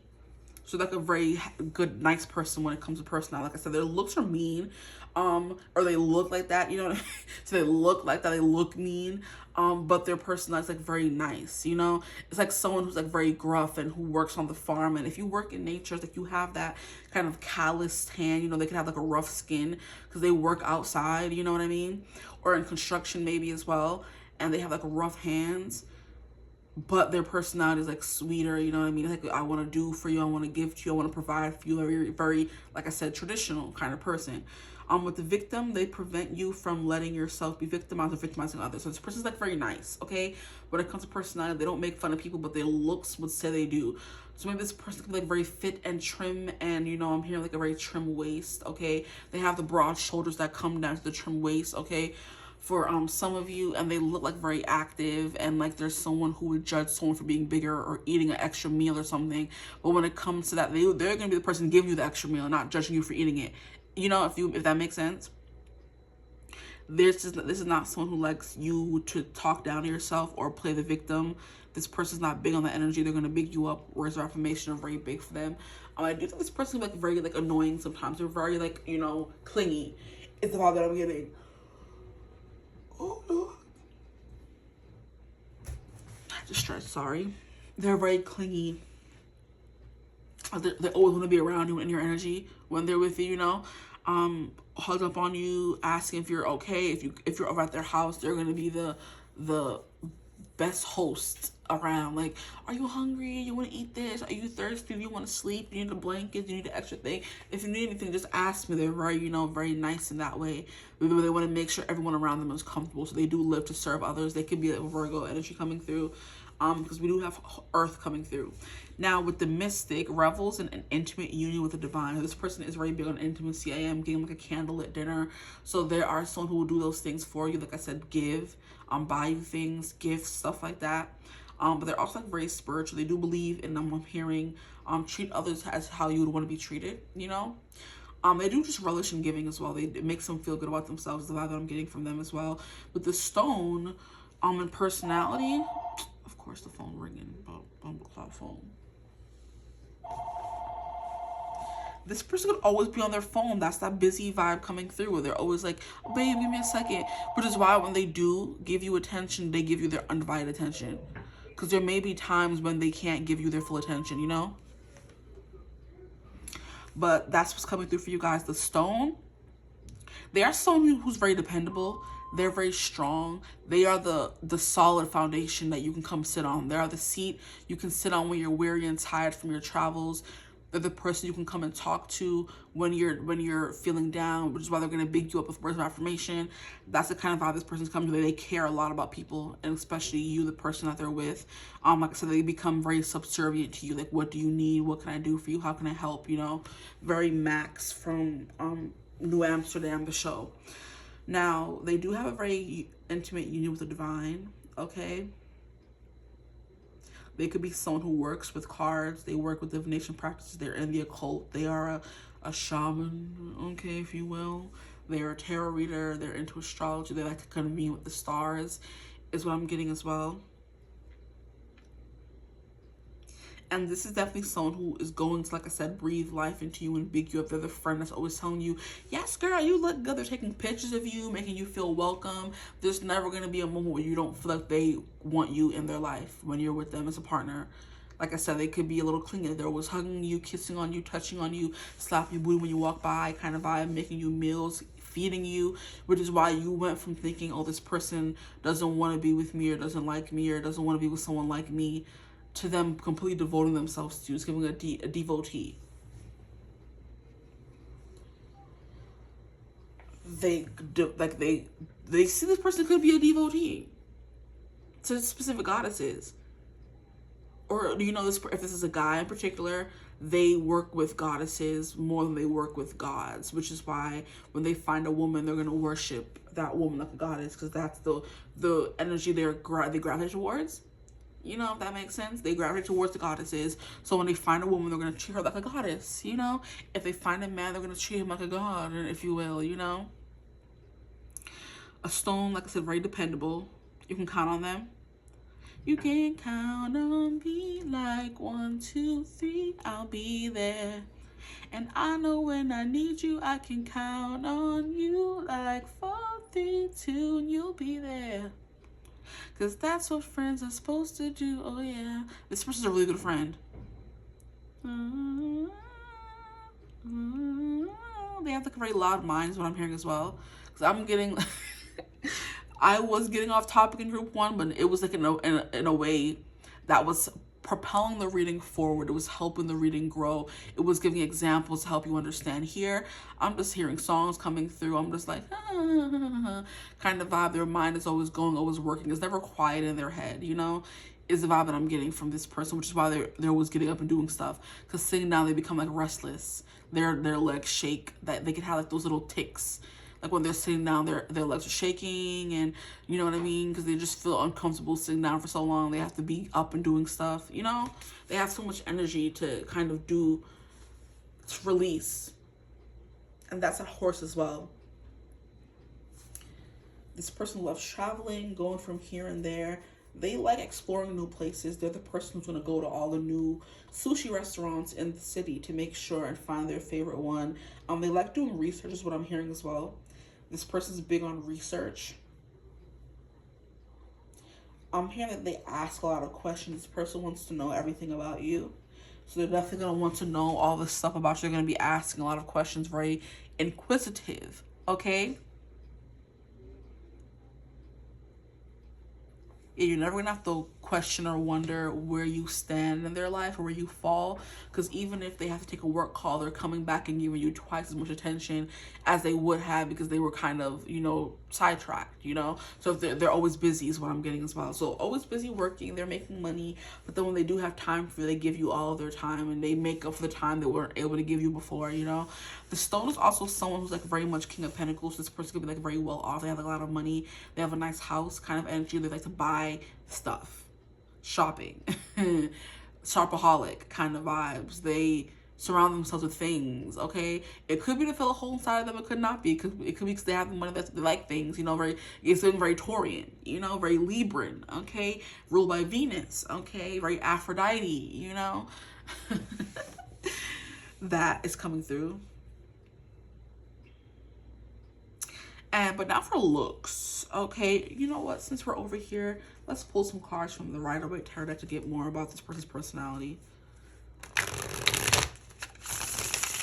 They are very sensitive. They're very intuitive, very empathic. They care about what people think. And this person may have a tendency to know what you need or what you want before you do. And look at how we have the Chariot at the bottom of the deck. And the Chariot is very Cancerian, which is a homebody kind of vibe. That's what the stone was giving me. They put a lot of pride in their home. They spend a lot of time there. So it better look cute. It better be comfortable for them. You know what I mean? They have all the amenities. You know, when you go over to their house, they have the waffle maker. They have the air fryer. They have the newest bobs and doodads. You know what I mean? They're a collector of things, hoarder, borderline, or more than borderline, official, you know? They can never sit down. They have a lot of energy. There's this honeybee and the horse, the way the horse is running. You know what I mean? They like to spend time in nature as well, which is what I was saying. Okay. Personality. Their home is very important to them with the Cancer. They're also very intuitive. The Moon. They're a little bit mysterious, kind of moody maybe. A little moody. You never know exactly how they're feeling. You have the Wheel of Fortune for personality. We have the Five of Swords in reverse. I hear this person likes to debate, maybe bicker back and forth, but not in a serious, full-blown fight kind of way, you know?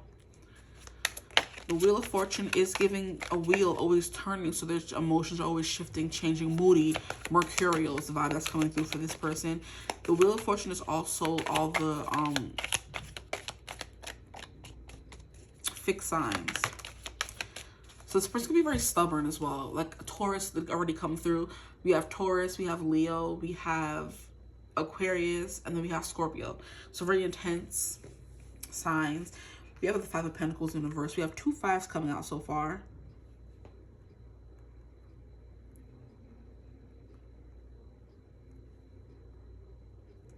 And this person likes to have maybe heated debates, creative discussions. They're very intellectual. They want, like I said, they're going to ask a lot of questions and they want to get to know all about you. You know, they're going to do a deep dive. They're going to pry. They're going to question. They're going to pester. If they want to know something, they're going to ask it. We have the Five of Pentacles in reverse. Yeah, this person makes you feel very much at home. I don't think this person likes drama. They don't like trauma. They don't like fighting for no reason. But they will get into a heated, creative discussion with you. If you guys have different opposing opinions, it's never going to turn into a full-blown fight or screaming match. But it is, they like to be stimulated in that kind of way with they having deep conversations. And they're okay if you disagree, but they want to lay it out before you in like a very intellectual. They're not going to just be sitting there talking about it and not like it doesn't. There's a rhyme and a reason to everything they do, is what I'm hearing. And a lot of stretching. So this person likes to stretch a lot, or they're always tired and they're always stretching, you know? Stretching could be just important for them in general. They could do yoga, stuff like that. Like I said, they're very active, their body, for sure. But yeah, when it comes to the creative discussions they could like have planned out debates. Like they tell you, hey babe, we're gonna have like a whole debate. It's gonna be an actual debate. Like I do this with my friends, you know, and we have to, this is what we're fighting about. We have to see who makes, like, you know, you come with your own argument, you have your side, I have my side, I have to argue to the death, you know what I mean? And that's how they kind of get their rocks off. So beware about that. This person is definitely gonna have like a full-blown debate about something with you. And not to argue, but it's like to, I don't know, it just does something for them.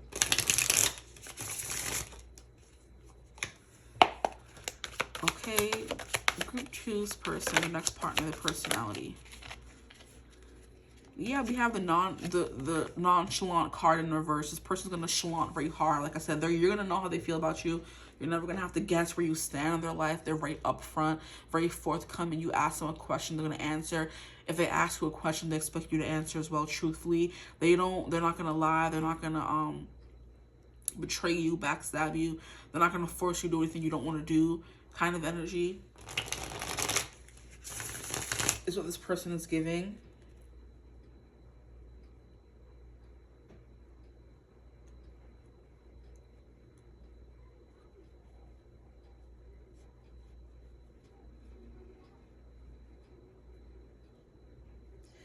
This person's gonna take you on a ride, child. So buckle up, group 2. Like, I'm just sitting here staring at the wheel. This person's gonna take you on a ride. So you will have to buckle up and hang in there a lot of the time. Because they could be like a little complex, this person here. They could be a little complex. They like unconventional things, you know.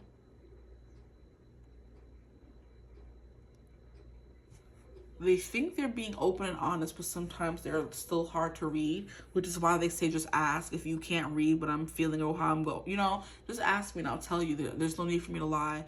They don't like liars. I'm here to say it with your chest. This person's definitely going to be the kind of person who says things with their chest.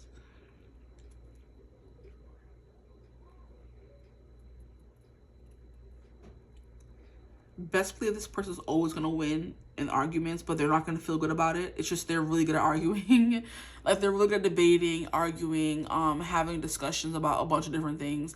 Don't be surprised if they overtake the conversation, start talking about what they love, and to start asking what you love. When they get into like a passion rant, it's hard to stop them, child. It's the vibe that I'm getting. Because the Five of Swords upright is an energy of winning by any means necessary. Whether it's saying mean things about people or, you know what I mean? This energy in reverse is that they're not doing it to hurt you or one-up you. It's just they have a lot of knowledge about certain things. And this is how they kind of, how can I say that? They validate them knowing a lot of things. They want to have discussions about a lot of things. So you could be an intellectual, and you're attracting another intellectual, and they just want to speak about stuff. They want to dive into the mind. They want to dive into the recesses of your mind, who you are as a person, what shaped you. So they start asking a lot of questions. Just answer. It's not. They want to know every piece of you. Is what it is. But like I said, this is the kind of person who wins all the arguments, who knows all the things, and they're not doing it to one up you or make you feel stupid, or because it's a superiority complex thing. It's just they are very smart, very intelligent, very good at comebacks. So this person does have the capacity to hurt you if they were to ever get, like, what's the word I'm looking for? Spiteful, you know? Which is why sometimes what they say can make you feel bad, which is what I was getting over here with their looks. They look judgmental. It's giving Virgo. You know, they look judgmental a little bit. You think they're judging you, but they're really not. They're just, like, very analytical in the way they think and the way they approach things. How interesting. Let's get into looks, though. We'll get back to that. Anyway, we have the cheetah, so very, like I said, feline-esque, very prowling, very predatorial. You may feel like your hackles raised with them, which is why you kind of get scared a little bit. It's like, oh, they're a predator all the time. You know, when in looks anyway. They're taller, they're imposing, they're very strong, you know what I mean? They could give off a little mean kind of thing. Is this a fly? Move, fly. Where the heck did you come from?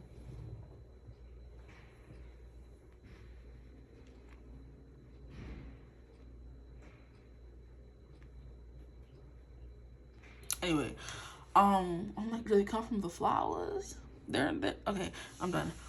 But yeah, they prowl, they feel like they're coming to get you. If they want you, they're gonna come and get you kind of energy. That's what they're giving. Very viral, very masculine, very I get what I want kind of vibe, you know? I'm hearing Bane. I'm hearing Batman. This person's like giving a Batman kind of energy, you know? To explain it in the best way. If they want something, they're going after it. Maybe, you know, maybe they have like a no strings attached kind of policy with certain people. This is the kind of person who's gonna proposition you. Like 3 months, no strings attached. You're only your mind and only mine. We're gonna meet on Tuesdays and Wednesdays. Bring a pen and paper, we're debating. Bring your clothes, you're staying over. And you're just like, oh, okay. But then when you come to their house, like, they're, I don't know. I don't know. This person is like, this person is something. You guys got you a person, guys. Very complex, hard to read, varies what their looks are giving, you know? Because then here we have this playful energy with the wolf, you know? But it's like while everybody else is playing with the wolves, we have this one serious wolf in the corner, like doing work or something, you know? So it's like when everybody else at home, why am I saying at home? Maybe at home when they were younger, when everyone else was at home playing, they were being this serious child. But it's given like at work, when everybody else's work is like goofing off, they're actually working. But like, what does that have to do with their looks? Their serious demeanor. Very stern, taciturn. Like, I'll put you on my knee right now kind of energy. Like, father figure. Like, don't do that. Like, what? I'm trying to find a person that, like, gives off this energy that I can compare this person to. Like, they want to have control, and they are in control when it comes to looks, okay? I'm hearing Christian Grey. So he could be one. I'm hearing Batman. So like very misunderstood, very trauma. They've gone through some trauma, people, you know, if that makes sense. So I'm like, I said Batman, then I said Christian Grey. And I also like heard Bane from the Batman Dark Knight series. Like when they talk and the voice is like, you know what I mean? Like very deep kind of energy. Like their voice is something that was coming through. Like I said with the wolf, the way he's howling at the moon, their voice, you know, that's their physical look. It's like very deep. Like it almost startles you sometimes. It's like very manly, you know? So but if they're a girl, they can have like a deep voice for girls, what's coming through as well, you know? Like more of like a baritone, you know? More bass to their voice. With the detective, great powers of observation and intuition, desire to seek out the truth. Yeah, look, I'm telling you, this person's eyes are a thing. Like when they're looking at you, feel fully stripped bare, you know? So they're already like intimidating in looks and maybe posture, but then it's the eyes that really like just lay you bare. Okay. We have the rebel, which is challenges authority to affect social change, rejects spiritual systems that do not serve their inner needs. So this person is very spiritual, and there could be like a lot of how can I phrase this? This person is very spiritual, and you would never know it, but based on how they look and how they dressed.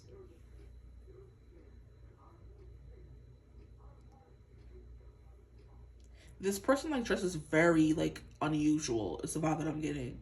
You're not going to see someone dressed like them every day.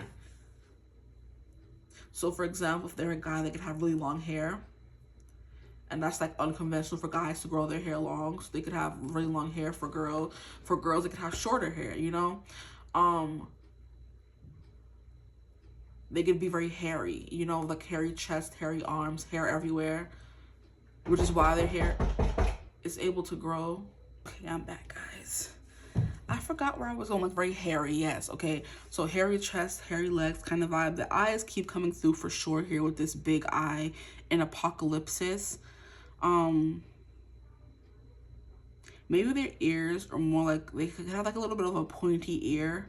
I don't know why that just came through, but it's coming through. Their ears could be significant here with this person. They could have like the bigger ears or really small ears. They can have like a very fiery red hair, but they dress very unusually, you know. It's giving like a little bit of Aquarius rising. They dress very differently, and each time you see them, they're dressed different, you know. So which is why it's so hard to pinpoint how they look, because it changes, you know. Their aesthetic changes.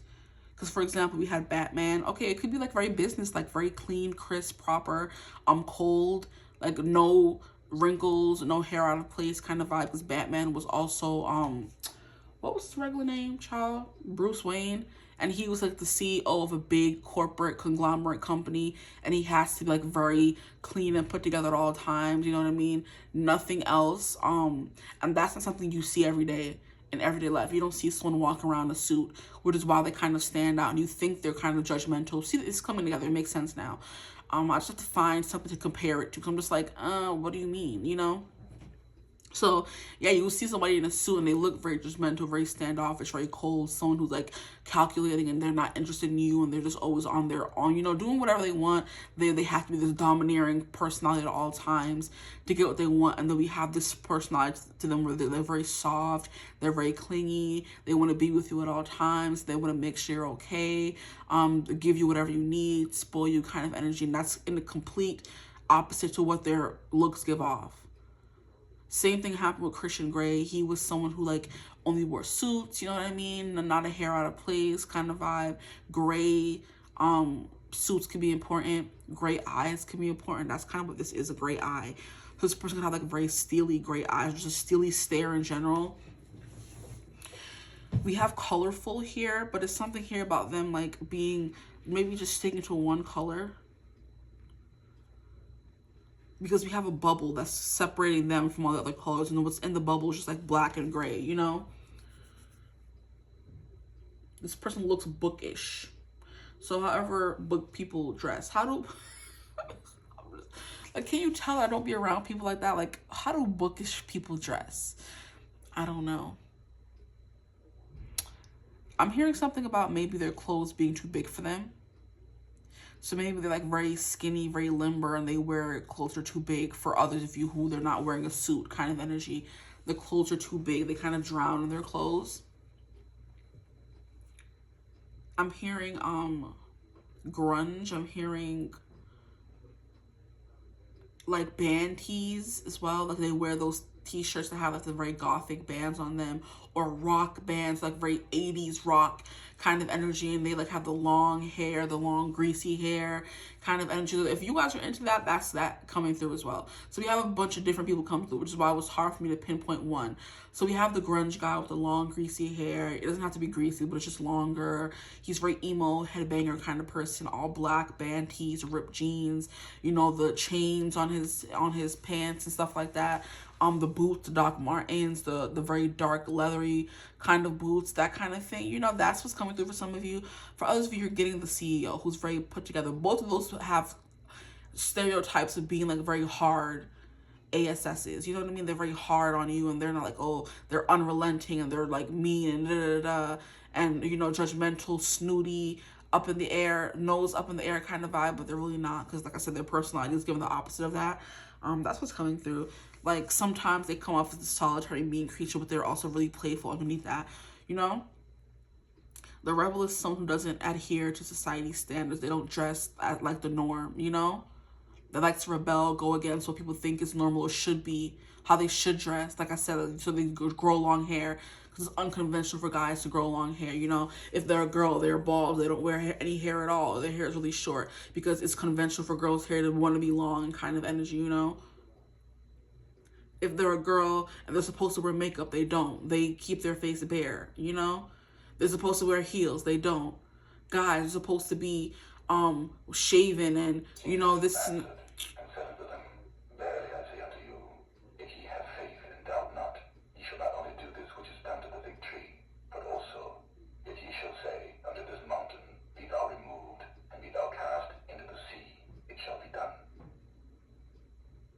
Are you done? Okay. And I forgot what I was saying. Yeah, men are supposed to be clean shaven and this and that. No, this person grows their beard so long and it's giving biker as well.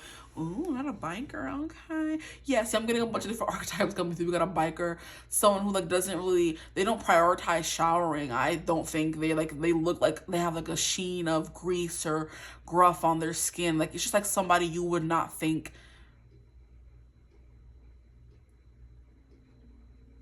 is this soft person underneath.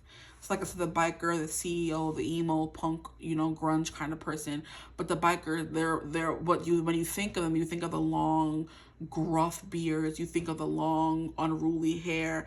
They have like the bandana around the forehead, and they wear all leather and all black and all chains and boots, and they wear their cuts, and you can set them apart from everyone else. There's a biker, and then there's everyone else.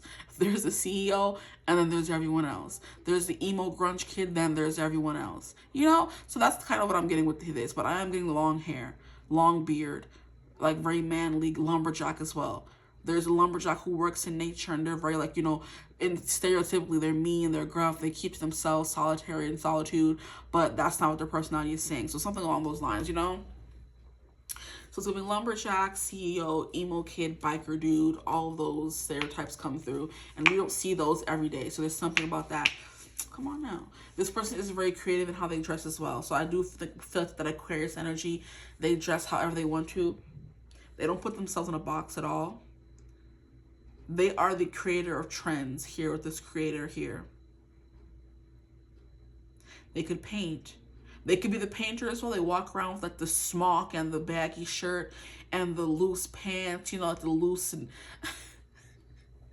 like they're not sweats, but they're loose pants. You know what I mean? If you know the stereotype guy that I'm talking about, the loose pants, the really baggy shirt that has like paint flecks everywhere, because they just came from painting, and you could tell they're a painter and they look different from everyone, because there's people who have paint on them, this person, and there's everyone who doesn't, you know? So there's something about them that stands out. When it comes to their looks, which is very funny to me. I'm just like, yeah, like a lot of different types coming through. I know we can't just be one type. There has to be a bunch of different types. So for those of them, they have like different color paint on them. And this does look like a paint splatter, you know? So some of you are attracting a painter. Others of you are attracting CEOs, bikers. Like, what other archetypes can I think of? The hippies. The guys who don't shower, put on deodorant kind of vibe is something that's coming through as well. And you will be able to tell them apart from everyone else, best believe. The loose baggy pants, the loose baggy shirts, that's coming through as well. A lot of florals. Patterns, this person could wear patterns. They could wear the literal fur of animals. Especially if they're like a hunter of sorts and they live off the earth. And they got to keep themselves warm. It's giving like very much back in the day. They do their own thing still. And they still hunt for their own clothes. And they hunt for their own food, you know? Ooh, interesting vibes. They wear patterns, you know, for a guy or a girl, they wear the patterns. They wear the wolf fur, the faux fur. It could be fake, could be real. You don't know.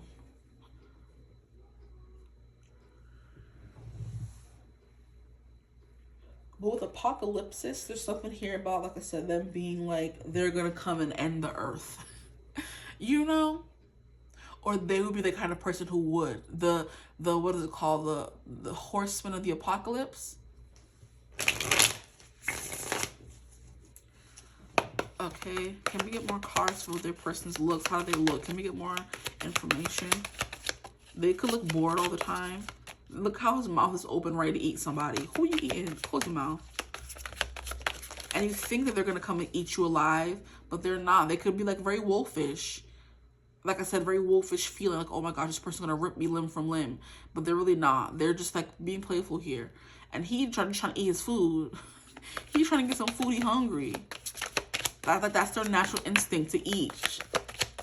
To rip limb from limb. Okay, group two's person. How do they look? Please swear. How do they look? What do they look like? What the hell? I'm not playing right now. The magician fell. I'm hearing they look like they don't put much effort into how they look. Others of them do. It's like giving, like I said, I woke up like this. That's what I said in the beginning of your reading, right? Yeah. It's giving, I woke up like this. If this person doesn't have to do any extra primping in to look good. They wake up, throw on a suit, bam. You know, they wake up, throw on some clothes, throw on their cut, leave. What else fell over? Yeah, the Three of Wands in reverse. Yeah, so they're not very adventurous in how they dress. They stick to one aesthetic, maybe. For others of you, they kind of move through. I think what I was getting was there are different aesthetics coming through in the reading, but this person may stick to just one. They're always a lumberjack. The way in every episode of Smallville, we had Tom Welling's character always in a flannel, always in the jeans, farmer worker.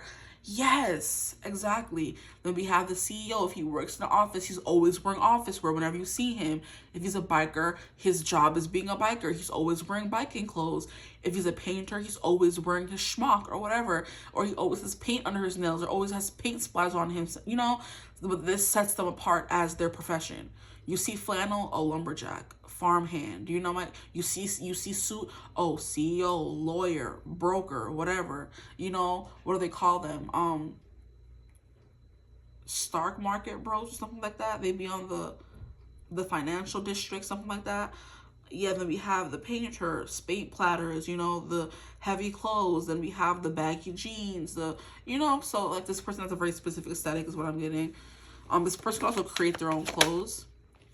We have the Five of Cups. So we have 3 5s coming through. 5, 5, 5. See, but they also do change it up. I don't know. This is, I guess it depends.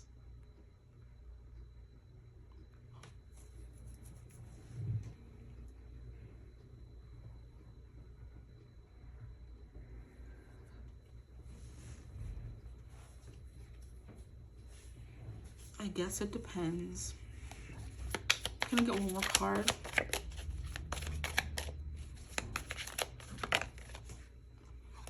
And then the last 5. So all the 5s are on the board. What the heck?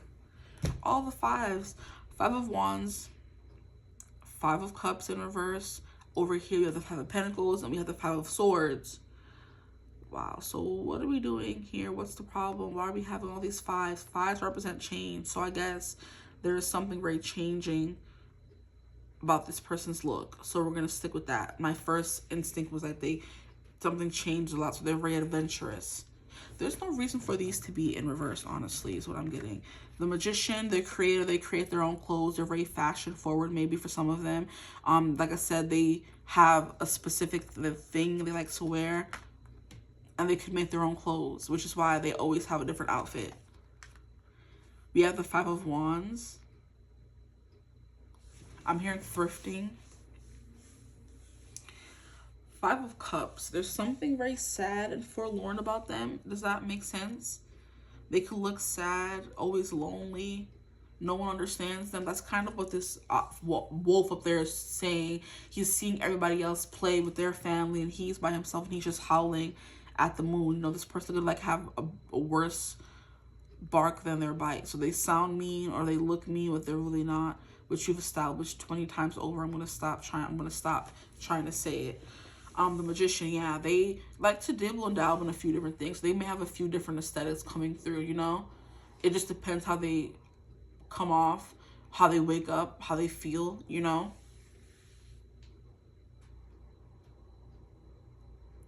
But definitely something here about eyes. They could have a rare eye color. I know gray is rare, so is green.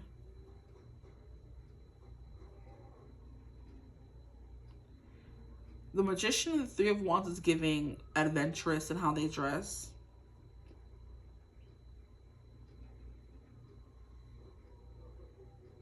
Maybe they always look sad because no one likes how they dress. Or people judge them for how they dress, is what I'm getting as well. This person's like always sad because people judge them for how they dress. So if you're a biker, people are judging you thinking you're bad news. If you're a painter, people are judging you, you know, thinking you're dirty because you have paint splatters on you, you know. If you're a CEO, they're judging you thinking that you're mean and cold and standoffish, you know. If you're a lawyer, you're ruthless. If you're, you know, so people judge, or they have judgments towards how your person dresses. Or biases, I should say, you know. But I do want to read about this apocalypsis because I have never gotten this card before. But it's probably why it's something hard to read about how they dress. You don't really know. You can't tell who they are from how they look. So I'm just like trying to figure out this person's look and I'm like, I don't know. Okay, apocalypsis. It's an initiation. Very interesting. 215.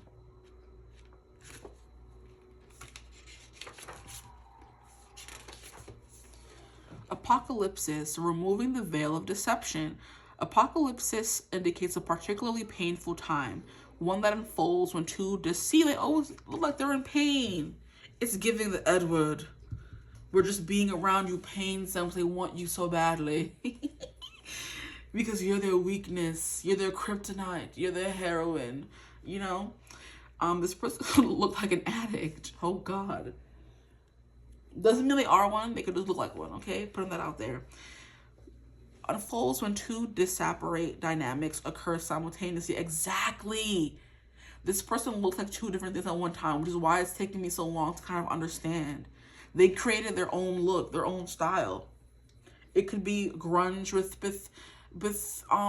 business casual. It could be painting with biker. It could be those mixed together because it's just like painful time, one that unfolds when two disparate dynamics occur simultaneously, pulling the psyche in seemingly opposite directions. How I was like, oh, they dress, you know, differently, they change it up, but they don't. It's like, we don't know. It's the same, it is and it isn't. The first is a lifting of the veil. This means truths that have been kept in the dark are revealed, seen, and unearthed. No matter how revealing it is to the witness, them come to light. Now, this is giving me like an all-natural kind of thing. Like I was talking about the hippie vibe, where they're just like, there's no need for me to put on deodorant because we weren't born with deodorant. We man-made it. I don't want that. They stay away from man-made things. They don't wear deodorant. You know what I mean? They don't believe in like showering every day kind of. There's something about them. But they always look clean. But they don't shower every day. See that kind of, you know, two things occurring at one time and being true at the same time?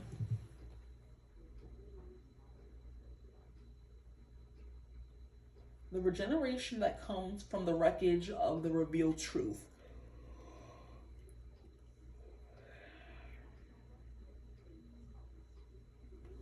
What does it say? I'm trying to uncover this person.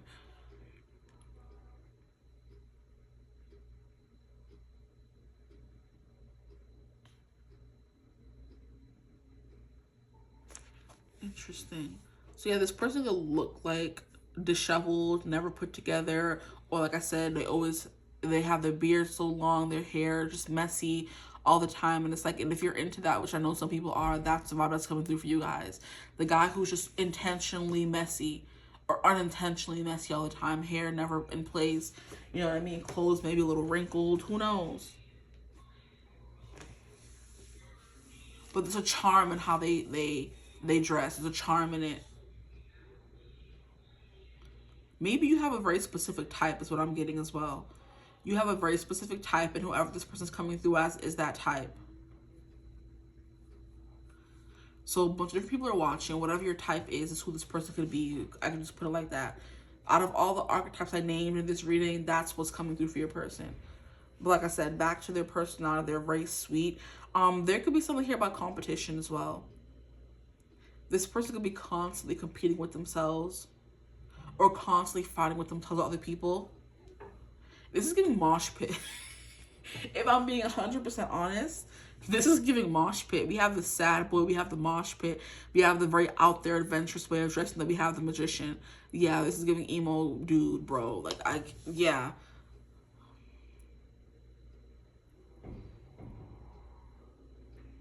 And those guys can always tend to look very intimidating because like they wear a lot of black, and you know, their hair is always covering their face. You can never tell how they're feeling, kind of energy, you know? And now I'm hearing a bunch of emo songs in my head. Whew. Okay, I'm not gonna sing them, but that's what's coming through for your people. What's at the bottom of the deck? Let's see. They look like a little off balance, off kilter. We have the freaking devil. Are you serious right now? Yeah, there's something toxic about how they look. They look like one of those toxic archetypes, you know? The F-boy.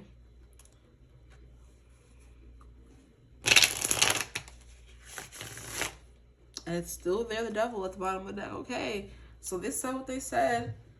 Like, someone's gonna eat you alive, someone's gonna eat you up, someone's gonna, you know, fight with you, kind of energy. They look scrappy. Yo, this person, like, the more I'm reading and the more I'm trying to, like, discover them, the more I'm just like, did I even get anything right about you? Like, I don't know, maybe they're just very hard to read. Their physical appearance, like, they're like I said, they put on a mask, they're unreadable. But they look very scrappy. Someone who will fight for your honor, someone who will fight you or fight for you, either or both, you know? Someone who could have sad eyes. They look athletic. As athletes, they don't want to come out a little bit. This person could be a little athletic. That could be the Three of Wands as well. They're always moving. And that's what I was saying over here with personality. They're always outside. So their body's like very, you know, nice and defined. It's either that or they're really skinny. Or really big. They assess you like a robot, you know? So like I said, different people are coming through. So just take what resonates for you. They're either going to look you up and down like a robot, emotionless. They're going to be so that they'll fight. They have anger issues at the drop of a dime, you know? Or someone who's like very, you know, skinny, very small, very unassuming kind of energy. You know, so now I'm hearing that phrase from Hamilton where they have intelligent eyes and a hunger-paying frame. So the one thing that kind of set him apart was his eyes, because he looked malnourished, you know, because he wasn't eating, but his eyes stood out, you know. So yeah, I don't know. I'm gonna end the reading right there before I keep going in circles and circles and circles. I feel like I've given you enough, so you know enough. Be a very hippie of earth, or a very serious, commanding business. I said all the archetypes already. Okay, but I hope this reading resonated. If it did, feel free to like, comment, subscribe, join the tribe. I feel like I just left it on like a cliffhanger. Like, what? I hope you got enough that you needed. I feel like this reading was long enough for you to have gotten up something about how they look, you know? I've given examples, stuff like that. But yeah, I don't want to leave out on lurch, but I don't want this reading to get too long. I hope if this reading resonated, though. If it did, feel free to like, comment, subscribe, join the tribe. I'd love to have you. If you would ever like to book a personal reading with me, you can always get in contact with me as my email in the description box below. But I hope you're having a beautiful, wonderful day. Whenever you watch the stream, as always, I will see you gorgeous people in the next one. Bye. Hello, my gorgeous group 3s. Welcome to your reading. If you chose the Sacred Rose, can I call you Rose? Can I call? 'Cause you sweet like a flower in bloom. Can I call you Rose? What? So can I call you Rose? I can't. I don't know why that song just came through. You could be attracting a singer. I don't know. Someone who will serenade you. Dang. Or someone who's like very sweet and soft and petite like a rose, you know, but they have its thorns as well, you know. So someone who looks, you know, elegant, but has like a bite to them. But yeah, I think this is the Sacred Rose Tarot. Welcome. Today we're going to be going over okay, your next partner's looks versus their personality. Like, what will they look like? What will they act like? Boom. Essentially is what we're going to go through, to not dilly-dally. So that's one of the two things that we're always wondering about when it comes to our next partner. What will they act like? What will they look like? So we're going to get into it. Yeah. What are we doing? I'm going to pull some cards for looks versus personality, okay? Immediately with the Sacred Rose Tarot, this tarot always gives me like gothic, Victorian kind of vibes, you know? Like vampiric kind of energy. So it's kind of like Dracula kind of vibe. It's giving old back in the, that's what's kind of this is giving me. So this person could be given that energy. They're very gothic, they're Victorian, gothic, Victorian, very maybe dark or so, you know what I mean? It's like that kind of vibe is coming through for them. We're gonna get some cards first though before I get into that.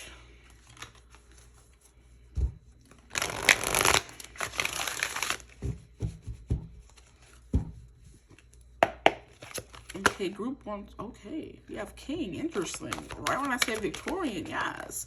We have King. We have beggar. What? For their personality, we have King and then we have a beggar. Interesting. Oh, I just heard something. Let me stop. We'll keep those two there. Can I get some cards for their looks, please? Their next partner's looks. Please, Spirit, their looks. I don't know why I feel disoriented in your group right now. I'm like, what am I doing? I feel like I'm missing something. I didn't say something I wanted to say. I don't know, but I think I did. There's something about that. Maybe this person, when you see them, you feel disoriented or nervous or lightheaded, you know? Okay.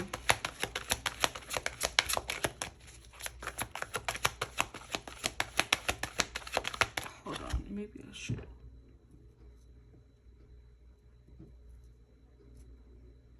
Move up. Trying to relight the incense because it burned out.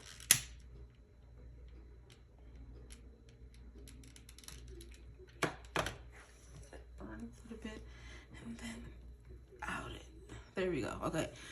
I don't know. I supposed to need to do that. Maybe this person's energy is like very cleansing, or they like to cleanse their energy a lot, or they keep their circle small, and that's a little bit of personality coming through. And I do feel like that could be a thing because kings attract beggars.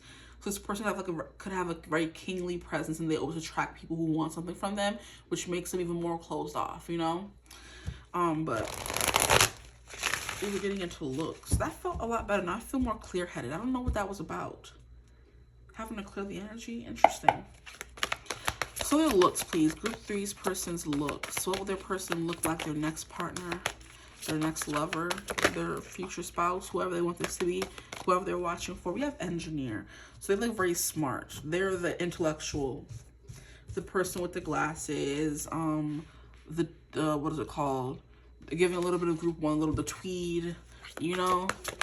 The Giles from Buffy, he's the perfect example I can use for this smart person. This person could also be in tech as well. This person could be bald. You already have something coming through. So their person, how their person look? For my group 3s, please, how will their next partner look? We have prostitute. Jeez Louise. Really? Prostitute? We're just jumping right in, huh? Prostitute. Interesting.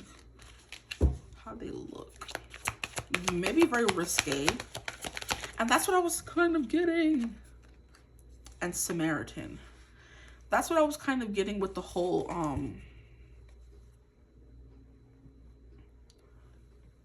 Victorian kind of energy, you know?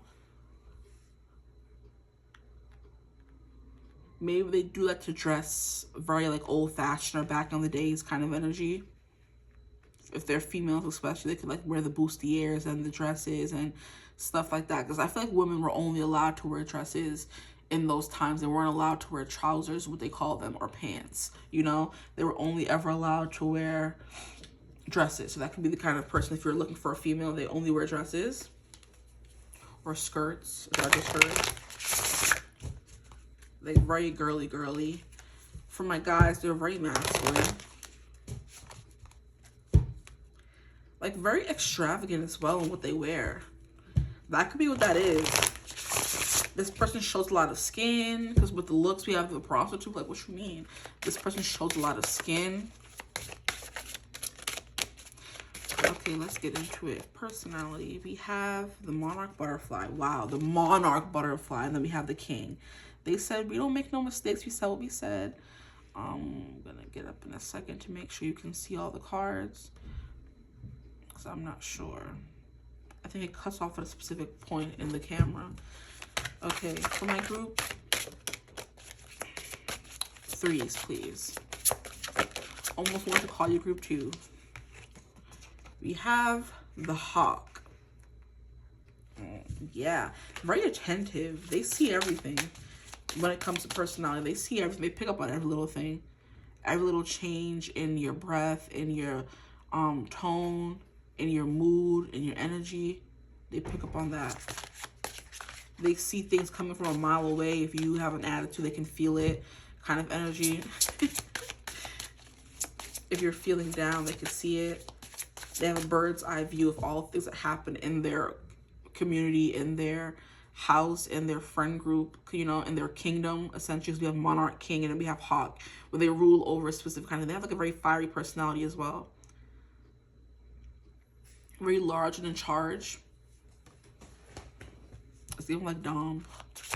Okay, can we get some cards for how their person looks now, please? How their person looks. They have like a very powerful aura. Sorry if I got my stomach. I didn't eat today. I just wake up, do reading, and then go about my day. Okay.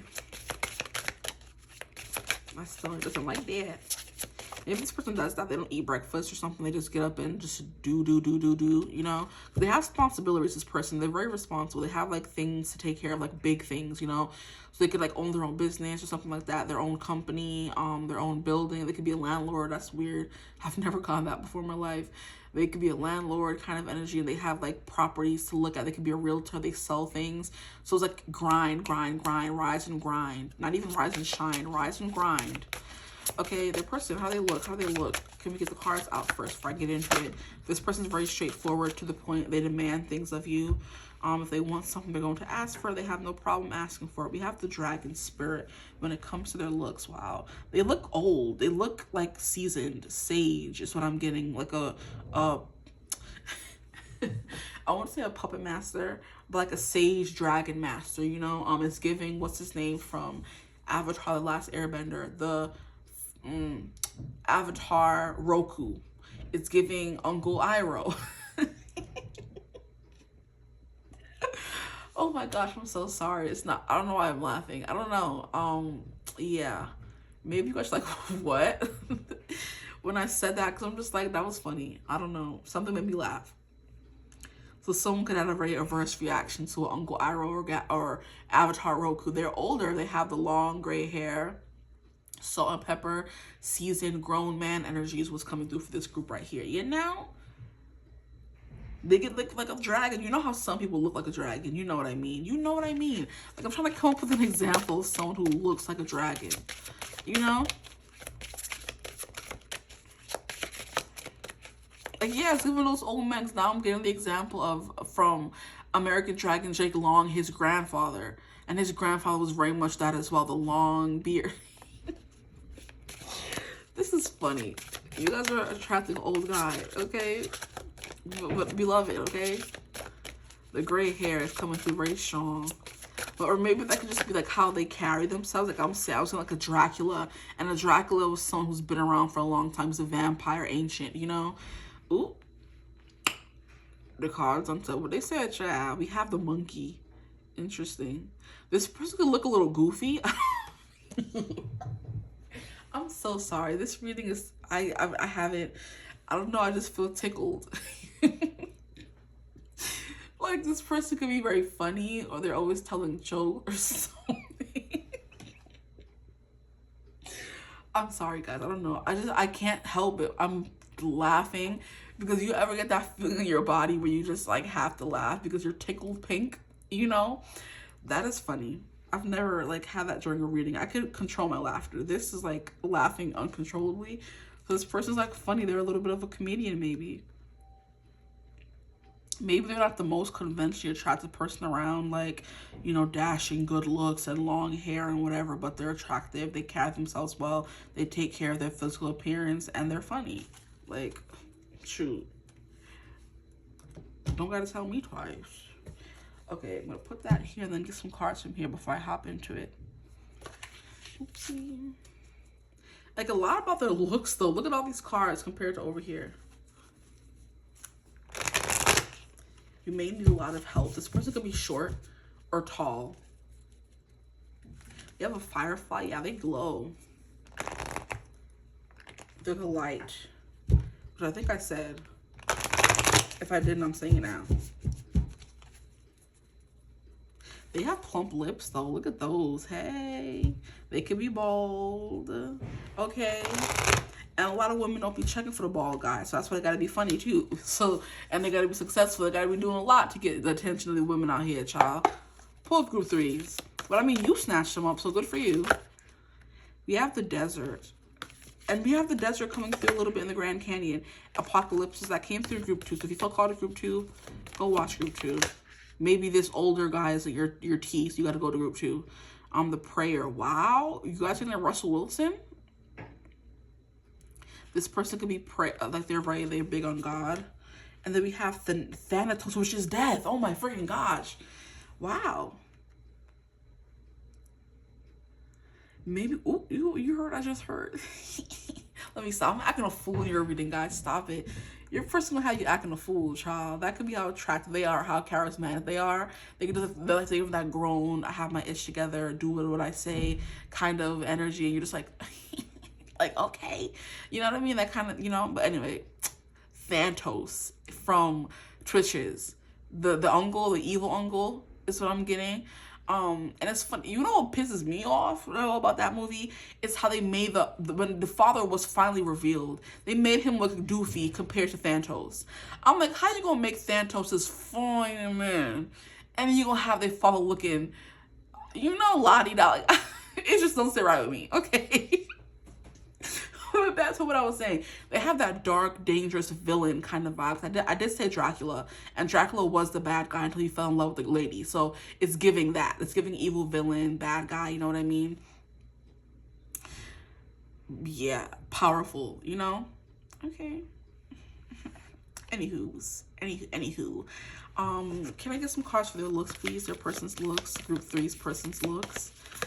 Yeah, because Thanatos is definitely giving me Thanatos. And he's like very dark. He wore like long, flourishing cloaks. And that's what I feel like I met my dragon. You know, a little bit like what Thanatos wore. Like he wore like a dark red burgundy leather coat kind of vibe. You know, it was giving a little bit villain, you know? Okay. For my group 3s, please, how does your person look? Can we get some cards for how their person looks? We have a gape. Yeah, this person's going to have you shocked, left a gape. I don't know what else to say about that. I'll do one more card, though. Their person, how's their person look? Maybe they dress really well and it leaves you a gape. We have the tear. Wow. Wait, this is like a very all over the place kind of energy. Did it not burn properly? And look, I burned the incense and it didn't work.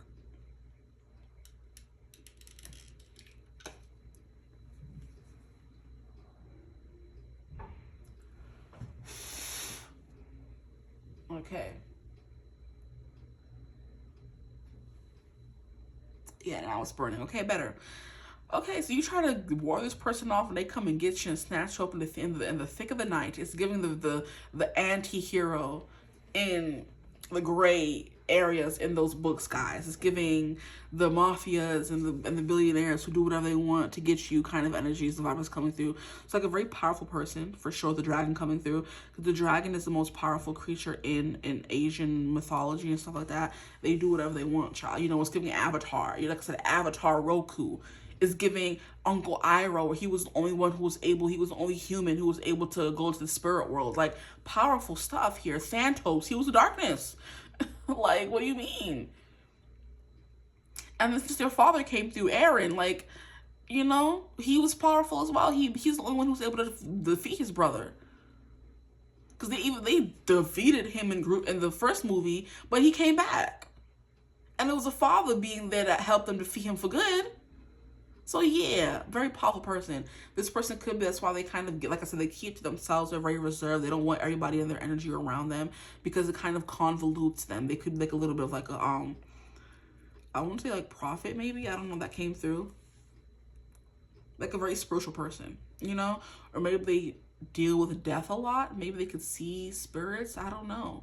Because we have Thanatos here, which is like death, very intense, dark, okay? Scary, intimidating, you know what I mean? But okay, I don't even know where to start, guys. I don't know where to start. I don't know. We start with looks. They have a shocking beauty. They jaws drop whenever they're around, you know? Breathtaking, shocking, agape. Okay. Visceral, very manly. I'm hearing gruff. I'm hearing Billy Goat's Gruff. That book, that I don't know if y'all read it, but I used to read as a child, like 3 Billy Goat's Gruff. And then here we have the tear. There's something here about eyes, like very blue eyes. Long eyelashes is coming through. Very heavily. This person's long eyelashes, big old eyes. I'm hearing they're the epitome of masculine beauty. Like, people will call this man beautiful. They wouldn't call him handsome or sexy or hot. They would call him beautiful, you know? Whether because he has these big eyes and the long eyelashes or something. He could have like the long, nice, healthy hair, the thick hair kind of vibe, or no hair, you know? Because we have the bald guy there, yes. Yeah, something very, you know, I'm hearing mischievous smile, playful smirk. Okay, you guys can relax. Your person can go sit down somewhere. Because then we have the monkey here. A monkey always gives me playful. And that could be why I was laughing, because I'm just like, maybe it's like nervous giggles. Like when you see a guy that's like beautiful, it's just like, like you don't know what to do, what to say. You lose your train of thought kind of vibe. You gape, you're shocked, okay? This person can make people cry with how beautiful they are, or with how scared they may be, you know, or how mean they could be in general. But this is looks, okay? I'm hearing a teardrop, and teardrops are like crystal clear blue. So this person can have like very sharp, like like you just look at you know how people have scary eyes? How like when they're like so like bright or so light, that when they look at you like you know, like there's a video on social media where there's like a guy, he's a black guy, but he has like very bright like yellow, it's like predator wolf eyes. You know how like wolves have like glowing eyes in the books, or cheetahs and felines have like gold eyes, like they're very feline-esque kind of eyes where they look at you just like you know what I mean? In the video, the guy like looks at the lady driving by and she like gasps and runs away in the park because his eyes like a yellow, almost like animalistic. Yeah, there's something here about this person like being very animalistic, like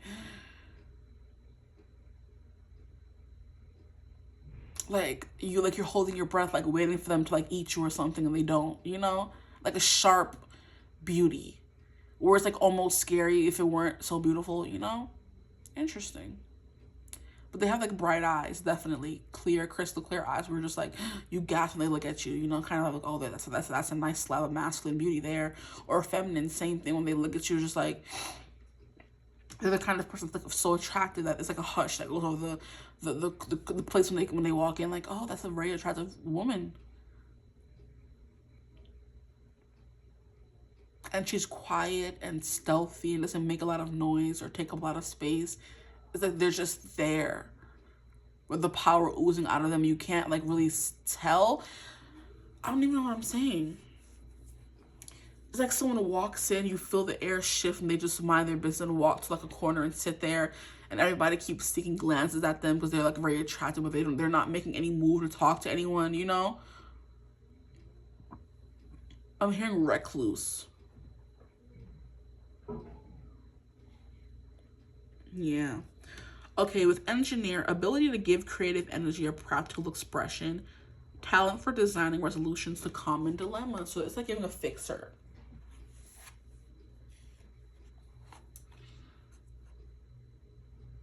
The fixer. The strong and silent type, they don't talk much, they don't say much. But when they do, everybody's like holding their breath to hear what they have to say. It's the vibe that's coming through. We're just like, you know, like when a dragon comes by, you're scared, right? You're just like, what are you gonna burn me or what? But you're also fascinated as well. That's this person's looks. For prostitute, it says accentuates the challenge of surviving without negotiating the power of your spirit. Maybe this person is very freaking conventionally attractive, and they can actually use their looks to their advantage, you know, or they do use their looks to their advantage. If they're gonna get a free drink, they get a free drink, you know. If they get free clothes, they get free clothes. It's like they're an influencer, and because they look so beautiful, everybody's sending them their clothes to wear, you know. A little like a celebrity stylist. Maybe this person could be a little bit of a celebrity, I don't know, in their town, on social media, an actual factual celebrity. Of course, it's not going to be for everyone. Because not everybody watching Group 3 is going to be with a celebrity, but for some of you could, you know?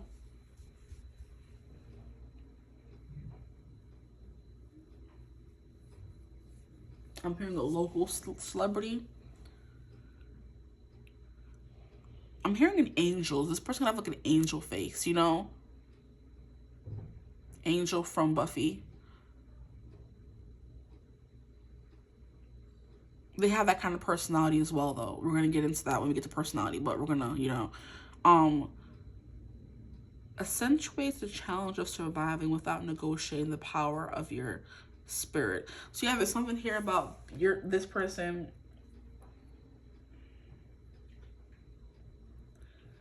I'm hearing they don't do what is acceptable in society. So it's just like, because this person may look beautiful, people expect them to look a certain way, but they don't. They dress however they want to dress, kind of vibe, you know. I'm hearing a long dark cloak. I'm hearing eyeliner for real. I do believe Thanatos was wearing eyeliner in that movie. They have like the gray hair or the gray streak in their hair is what I'm hearing as well. There's also like, I'm hearing sharp features, sharp cheekbones, sharp chin. I'm hearing bone structure. They can have like a very strong jaw. What I was going to say is, they say going gray is not good, but this person could be gray and confident in going gray, which I did mention already. So it's like they don't dye their hair to make it, you know, all dark again. If they're going gray, it's pepper. It's salt and pepper hair. Maybe this person has a head full of hair, but they want to be bald, so they cut it off. People are like, oh, stop, your hair grows so beautiful and thick. I don't care. I don't want it. It's like, what is it called? Pitbull is what I was getting as well. This guy does kind of look like him, and he has like big blue eyes, I believe he does. Or does he not? I'm not sure. But anyway, Pitbull can grow his hair, but there, for whatever reason, he just keeps shaving it off. And people are like, oh my gosh, she looks so much better with hair. But he's like, I don't want to shave it off. I don't want to grow it. I want to shave it off, you know? That's how he became a signature household name, not when he had hair, when he didn't have hair, you know? A Samaritan refines your capacity to help those you would prefer to ignore. Yeah, I do think this person has subjects. They have fans, followers, subjects, people who follow behind them, because there's something here about them, like people following behind them and asking them stuff or wanting to be around them, but them not wanting to specifically be around people, if that makes sense, you know?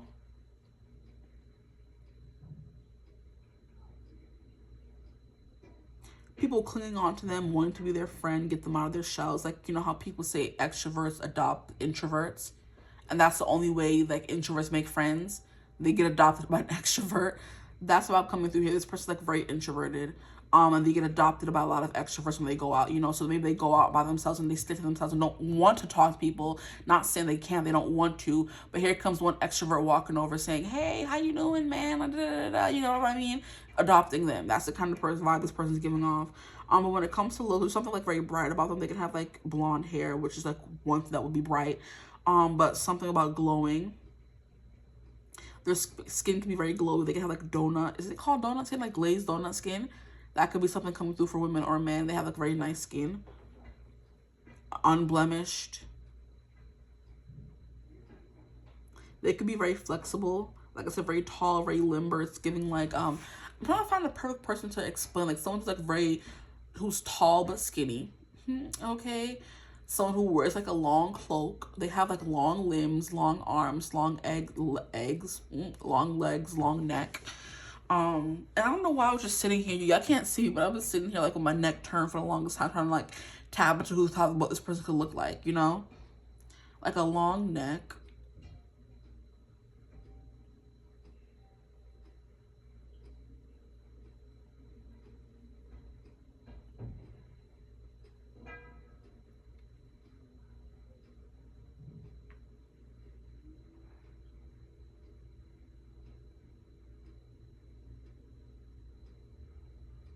And it's like they're just like giving like, I feel like a little like tall and skinny maybe for some of you, like tall and skinny, tall and imposing. Maybe some of them have like a rougher skin maybe, because dragons are giving like bumpy skin. Maybe some of them have eczema, you know. Maybe some of them are Asian, because dragons, like I said, I mentioned it but didn't really get into it. They could be Asian. They could have like, you know, the chinky eyes, that kind of energy, which is what the dragon really meant. And they have like bumpy skin.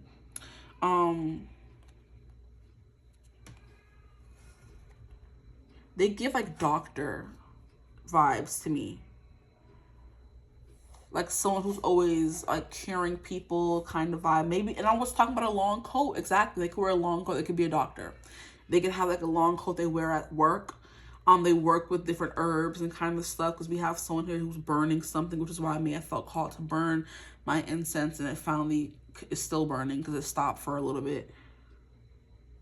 And they have like a lot of fire. So this person could be like, I feel like on the shorter side. For others of you, like I said, they're taller, but for some of you, they're shorter as well.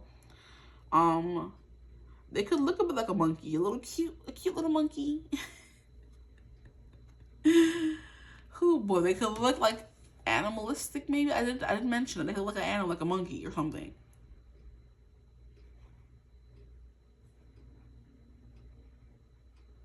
But yeah, some of them like don't have the best skin. They can have like eczema or like really bumpy skin, or a skin rash or skin condition with the dragon coming through.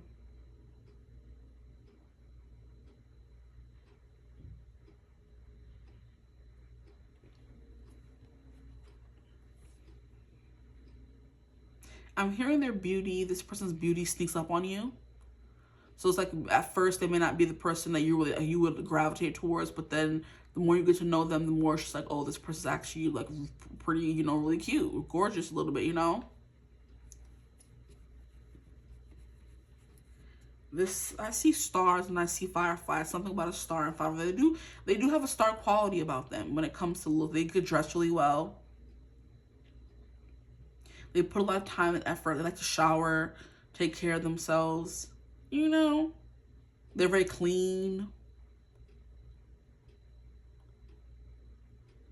But like I said, they are giving like scholar, doctor, kind of like, you know, high society kind of jobs. Like they're not purposely like uppity and turning their nose up, but they have that kind of air about them where it's like, oh, they have a good job, kind of vibe. They have their life together. They have a car, kind of, you know. They're smart, very knowledgeable about certain things.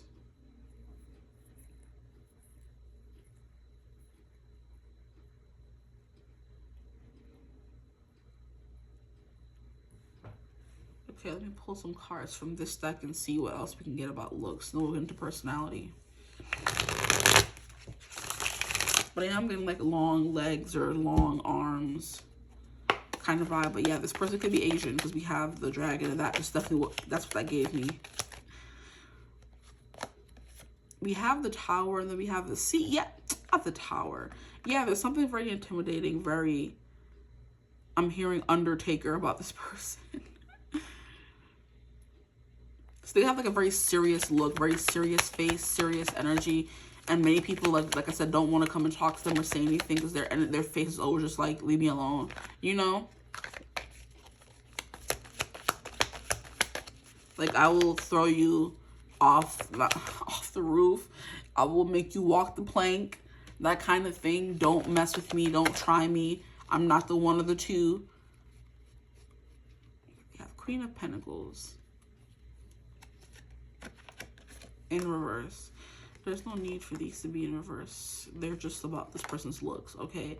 So we have the Seven of Swords. They look like they would trick you. This person here is bald once again. So this person has an air of like, what can I say? Sly, foxish, you know? Like, foxy, like, you know, like a little weasel, you know what I mean? A little bit. They can look a little bit like a weasel or like a monkey or something. I don't know. Like, I'm not trying to insult this person, but that's like what I'm kind of getting. Like, there's something about them that could be unattractive, but the more you look at them, the more you're around them, the more you're kind of like, oh, you know what? Maybe I could look over that. You know what I mean? And it's funny how I was comparing. I was saying Uncle Iroh and Avatar Roku, and they're represented by like they're supposed to be like Asian characters and an Asian, like, or, you know, that kind of thing. This person could be like, you know, Pacific Islander. This person could be Native. This person could be Asian. You know, I don't want to say specific Asian, but I'm just going to say Asian in general.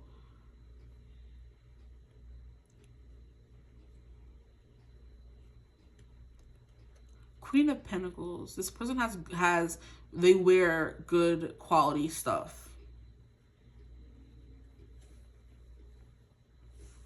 Is what I'm getting as well. But yeah, they look a little Weasley, like a little weasel. You know, they're gonna, wow, I can't talk now. I can't explain it properly. Like, you know, that person's gonna betray me. I can't trust them. They can't be trusted a little bit. You know, that vibe of being a little sly dog, you know? Like, oh, he knows what he's doing. He knows when he looks at me that way, what he's gonna do. You know, what it's gonna do to me kind of vibe. You know, that kind of stuff is coming through.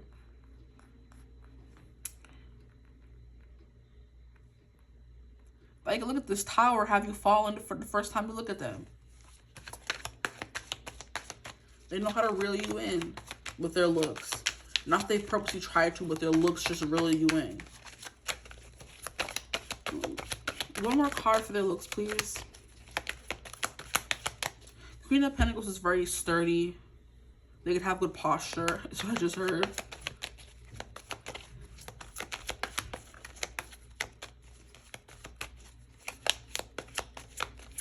Eyebrows is coming through. They can have like they do something with their eyebrows. You know, The Rock, one eyebrow raised, like, They always look like they're contemplating something, like they're up to a scheme kind of vibe. They're always, yes, they look like they're scheming. That's a perfect word. Yo, that's what I was trying to say with the monkey. Like, they're always like have a trick up their sleeve. Mischievous. That's the freaking word. They look mischievous. They can still look sly and Weasley, but it's like they're up to something. Like, they're the villain and they came to the place to do something wrong, and people are looking at them like, what are they gonna do? Like, you know, that's what I'm getting. They passed off like a regular Samaritan, a regular Joe Schmo, but they're really just, they be plotting. What they're plotting, I have no idea. But there's always those people we know that just look like they're always up to something, you know? That's this person. There's something about their mouth, again, because we have a gape, and that's like, you know, when your mouth is a gape. Seven of Pentacles, the Moon, and the Knight of Swords. So you want to come out, because this wanted to come out before. So I'll keep that one. Yeah, I don't know, for whatever reason. Then we have the Emperor, okay? It's giving, like I said, very commanding presence. Very powerful aura. When you're with them, you're going to be like, oh, I'm going to stand at attention, listen to what they have to say, kind of energy. With the Knight of Swords, it's giving like very skinny kind of energy. That's what I keep getting. Like almost borderline, malnourished, maybe for some of you. But not. It works for them. It works for them. And look, I was saying long, loose-fitting dress type. So this person wears like long coats, long shirts, something like that. tunics for girls, dresses, like I said, for, yeah, girls. If they're a girl, they only wear dresses or skirts. Okay, and look, I was saying the long, you know, white beard. Oh, I can't talk. How annoying. So yeah, for some of you, this person's bald. For others of you, this person looks like, I don't know. Like, I don't want to say unconventionally attractive, but it is that. It's giving they look like an animal of some sort, but it works for them. You know how, yeah, the perfect example, oh my gosh, thank you, Spirit. Because I was like, I don't know what I'm talking about. The guys that are called the mouse or rat pack in Hollywood right now. The guys who are like, they shouldn't be attractive, but there's something about them that's attractive. So first and foremost, we have the guy who's dating Sabrina Carpenter right now, Barry Kogan or something like that. He is like, has the bright, beautiful, pretty eyes. They're like really pretty, but the rest of his face is kind of like, is he attractive? Is he ugly? Is he not? Is he cute? Kind of vibe. That's what's coming through. Then we have the guy from Challengers, that movie with Zendaya. He was also in a West Side Story. He was like he was a part of the white group, the white supremacist group, essentially, who didn't want the Spanish people in their neighborhoods or whatever. He was like in there as well. I forget his name. But like, that's what they're calling them now in Hollywood, the rat pack. The guys who look like a little ratty, but they're still attractive. Yeah, them. I'm also hearing, what's his name? Glenn Powell. He's also someone that people were complaining to be a little bit like Weasley, but he is attractive. You know, those are the perfect examples. Thank you. I'm like, I don't know. Y'all know what I'm saying. I know what I mean. But they also have that charisma that the people, their world, they are widely liked. There are more people that like them than people that don't like them. I also heard Pedro Pascal. So that could be coming through as well. I don't think he looks Weasley or ratty, but, you know, like, people are like, oh my gosh, I wouldn't usually gravitate towards him or call him beautiful, but his personality makes up a lot for it, and his aura is, like, very beautiful as well. Like, you know what I mean? His personality, Pedro's, I love me some Pedro Pascal, okay? Like, that wouldn't be the first person you would call him, oh my gosh, he's so gorgeous, you know? Even though he is. But in that way of, like, being not conventionally gorgeous, but still gorgeous, you know? Older, you know what I mean? Okay, y'all see where I'm going with this. That kind of vibe. You know, they make you feel safe, make you feel secure in their masculinity, maybe. You know, like someone who's like very masculine, but they're also very feminist in their, you know? Make women feel safe. They're made by women is what I'm hearing. Made by women. So all these characters we read about in those romance books, it's like, oh, they're made by women. That's why they take off our boxes, you know? This person was made by women, you know? So yeah.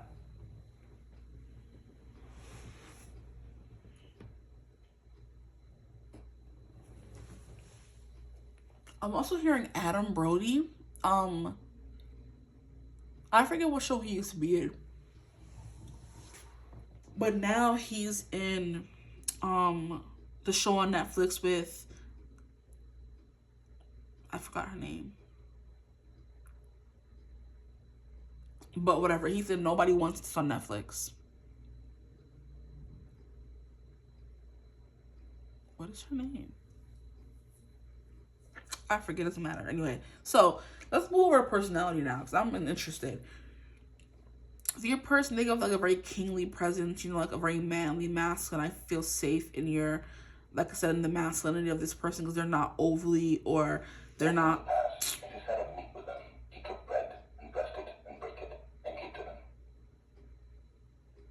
Anyway, positive masculinity, because we have toxic masculinity where they're like very manly men, but they would make a woman feel uncomfortable. This is the Pedro Pascal kind of masculinity where he takes up for women, you know what I mean? He makes them feel safe. He's very relatable. He's funny. He's gorgeous. And the more you get to know him, the more beautiful he is. Like, when you may first see him, you're just like, who is that? Like, he's all right. But the more you get to know him as a person and his acting abilities, the more attractive he gets, you know? So not conventionally attractive, but still gorgeous, if that makes sense, okay? Boom. Now we have King, which is enlightened, benevolent leadership, benefiting those in your charge. That's what I'm saying. That's exactly what I'm saying with their energy. which is why they become more attractive the more you get to know them. Why you fall for them easily. It's like, oh, this person isn't my usual type, but oh, their personality is like, oh, their personality is like gorgeous, you know? Okay, beggar. Confronts empowerment at the level of physical survival. Awakens the spiritual authority of humility, compassion, self-esteem. And they're humble about it too. But this person is beautiful. Their personality is coming through. It's like, maybe they have like a wide wingspan is what I'm hearing. That's what I was getting, long arms. Because it's coming through over here with the butterfly. And the hawk, a wide wingspan.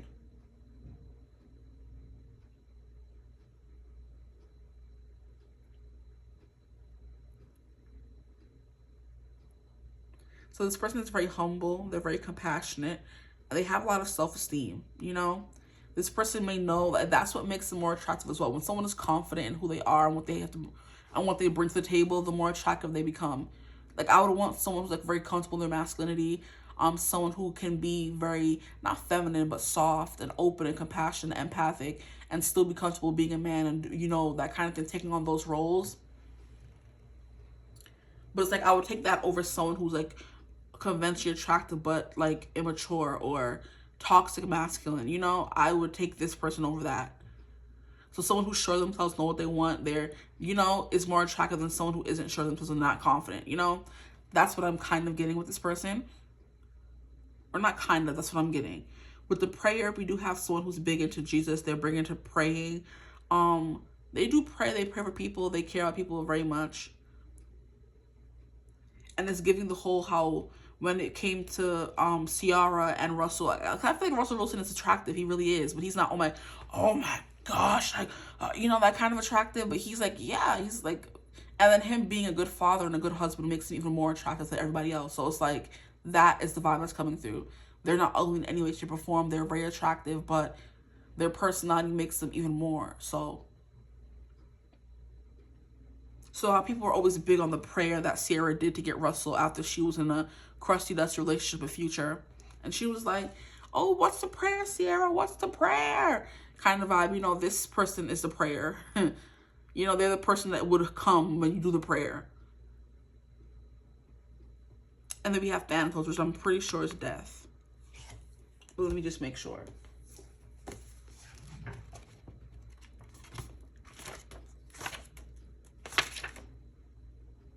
213.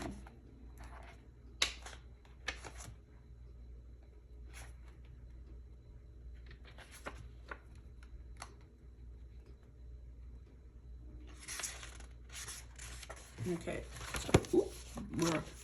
Yeah, Thanatos death. It is tempting to oversimplify death and sum it up as a transformation, but the true archetypal resonance of Thanatos cannot be easily assimilated or contained.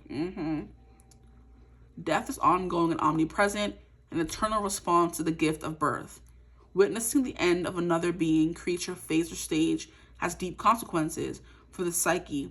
We are forever changed by Thanatos as it sweeps us under its wings, making us relinquish control. Wings. Making us relinquish control in every form. It leaves a mark of ash upon our heart, signifying we have touched the cusp of the underworld and will return to the land of the living eventually, with more compassion and wisdom to share. So personality-wise, this person has seen death, experienced a lot of death, and it has added to their overall, I want to say well-being, but that's not what I meant. It has added to their overall personality, energy, you know?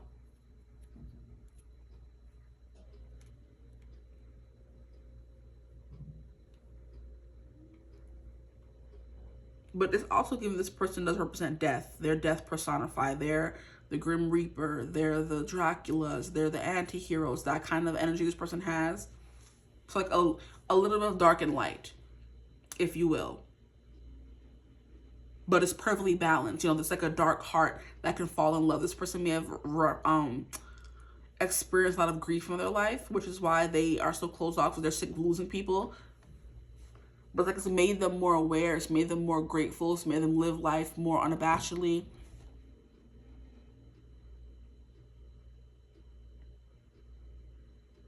Made them pray more, seek a connection with the divine.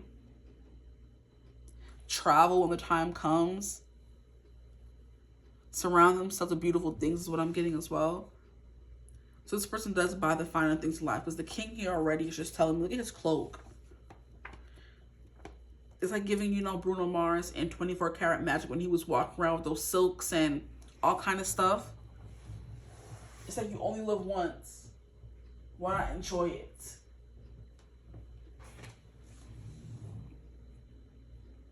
But this person is giving peak villain, vampire in the show that we fall in love with, who we're not supposed to. The Angel in Buffy, the Damon in Vampire Diaries, and it's all just them being misunderstood characters. Okay, like, I don't know why this is getting crazy now. Relax.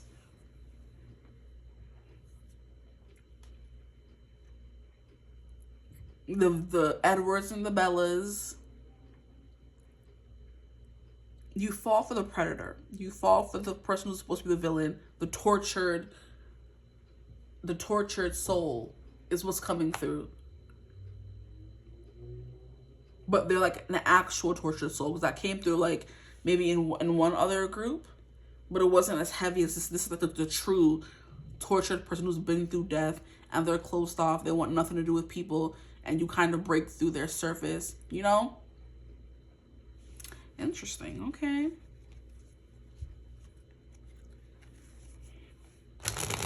But this person has experienced both extremes. They've both been the prince and the pauper, the king and the beggar. But right now, I think they're in their king energy.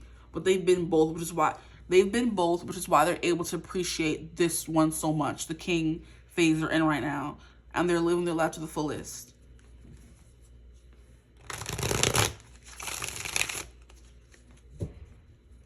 I'm hearing a brush fire, because we have fire coming through with the hawk and then the air. And air only makes fire more. It doesn't extinguish it.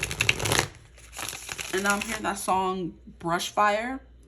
Did we become a brush fire? I think it's by Gracie Abrams or something. How could I survive the desert without rain? And desert came through in something. The desert wanted to come through in these cards, yeah. But it didn't come out, so desert wants to come through. This person seems dry, barren, unrelenting. Dry humor as well, dry wit kind of vibe. A dry laugh. Disinterested in the world, like, leave me alone. I've been hurt, don't come near me. I'm just gonna hurt you kind of vibe. And it's like that's not who they really are. They just don't want to be hurt themselves, which is why they push people away. Like, they're protected up. They're like, you know, stay away. And I do feel like they were treated badly when they were the beggar. They were treated bad. They tried to come through as they were someone who was humble and compassionate and maybe had low self-esteem. People just kept battering them and battering them.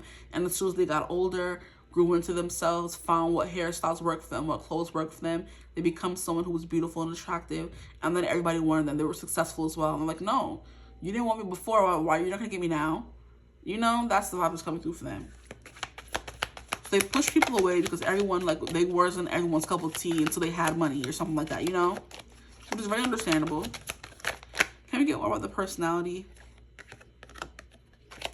Put it back. Can we get more about the personality, please? For their personality for group 3, their next partner's personality. Way too many cards. Butterflies also represent transformation, so this person has been through a big transformation. That's a death as well. So they have changed on a fundamental level, is what I'm hearing as well. Yeah, they used to be a butterfly. I mean, the caterpillar that was ugly and slimy and an insect, and nobody likes insects. So they turn into butterflies, which are pretty or more acceptable. Please.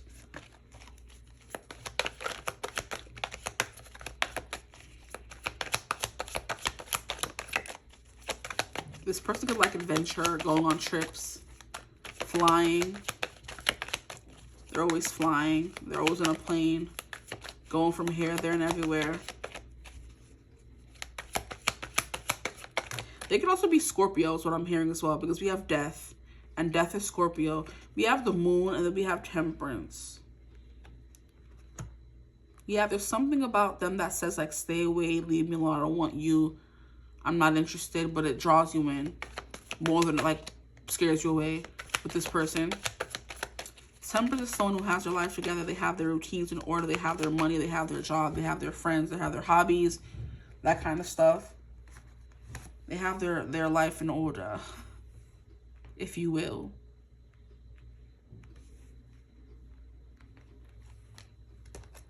This person would be able to survive the desert without rain. They could be also very resourceful. That's song is coming through again. We have Page of Swords. I'm hearing a who? Hold on. They're very inquisitive, very goofy, very quirky.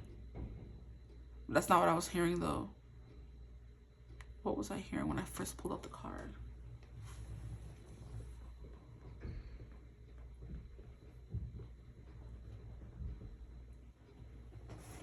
Oh boy, I was hearing something. I'm gonna keep pulling the cards, maybe it'll come back around. Bring no nonsense as well, is what I just heard. Very no nonsense. Their next partner, please. I still feel like I'm kind of disoriented again. This person could go through bouts of like feeling like adrift and then coming back to center, feeling adrift, coming back to center. This person could have problems like fully grounding themselves. Which is why, like I said, these two elements together don't do each other any good. Fire, air only breathes life into the fire, you know? In order to douse out the fire, we would need water, you know? Or earth to ground it. This person like go through periods of being like very ungrounded, being very much in their head kind of vibe. Two of Swords, your person's personality, very decisive. You guys could mirror each other a lot, so maybe some of what I said also apply to you. This person likes, both of you don't care about the looks of it all, is what I'm getting as well.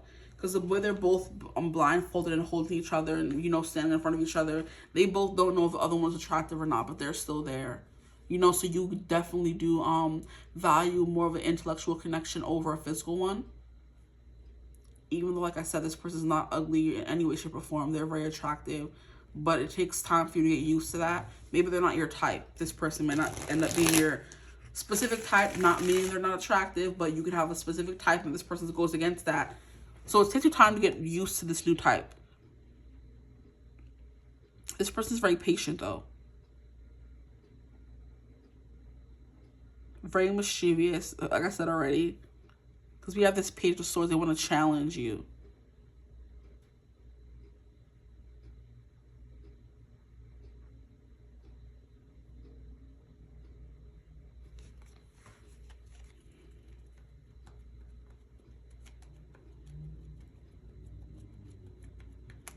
Anything else? And then we have the Ace of Cups. This person is very flirty too. With the Page of Swords and the Ace of Cups coming out in like the same reading, it's giving like very flirty. They're also very loose with their words. They don't really hold back. They're very honest is what I'm getting as well. Honest Abe. They don't tell you what you want to hear. They tell you what you need to hear. Like, don't ask this person how you look if you know you look washed up. Like, they're going to tell you exactly how you look. This person does have, like I said, like a lot of self-esteem, self-worth, self-love. And this person, like, dragged themselves out of a lot of stuff. Like, this person's been through a lot of stuff. But I don't feel like I'm getting a lot of their energy because they're very closed off to me. But it's like they've been through some things, which is why they are closed off. They keep themselves like a fortress away from everyone else. The moon. The moon is the opening, the airing out of laundry. This person keeps their secrets very, very close to their chest. Their secrets, traumas, the things they've been through, very close to their chest. They don't tell anybody nothing. They could always be running. They could be a runner. He's a runner. She's a track star. But they drug themselves out of a lot of stuff here with this prayer. Because they were completely buried. and the hands reaching out trying to find something, some sustenance, something to hold on to. And I'm hearing that sung by Cynthia Irvo. Is there anything worth holding on to? So this person's been in the trenches a lot in their life. Like, do I even want to be here? Should I be here? Kind of vibe, you know?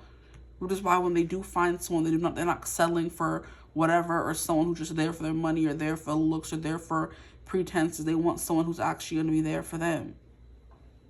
Which is fair, honestly.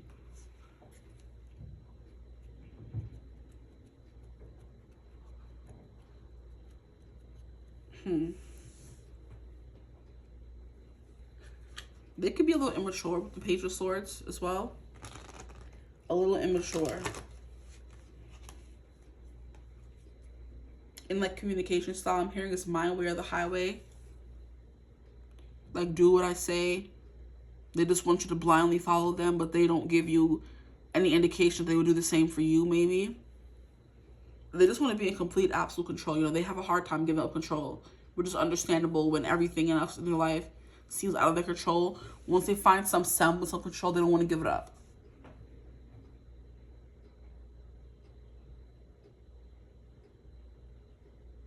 But the Emperor over here is definitely giving them, they look like a daddy. Like I said, someone who's seasoned, older, they've been around the block, they have their life together, they've been through some things. That's what it's giving. And they're in control of everything around them. It's kind of, I'm getting the visual of like a guy in a car, and how women get like aroused when men are like just completely handling that car, like, you know, with a hand on her thigh, and he just with one-handed handling that big vehicle like a man. Let me stop. I can't stand y'all. That's the visual that I'm getting. So it's like a very manly man, masculine man, holding the door open for you, chivalrous, old-fashioned a little bit. You know what I mean? They believe in equal give and take. What they give, you need to give as well, you know? But I think they're more of like, they take a lot too as well. Which is why it's giving beggar, you know what I mean? They've been in that, and let me leave this man alone, or this girl alone, I don't know.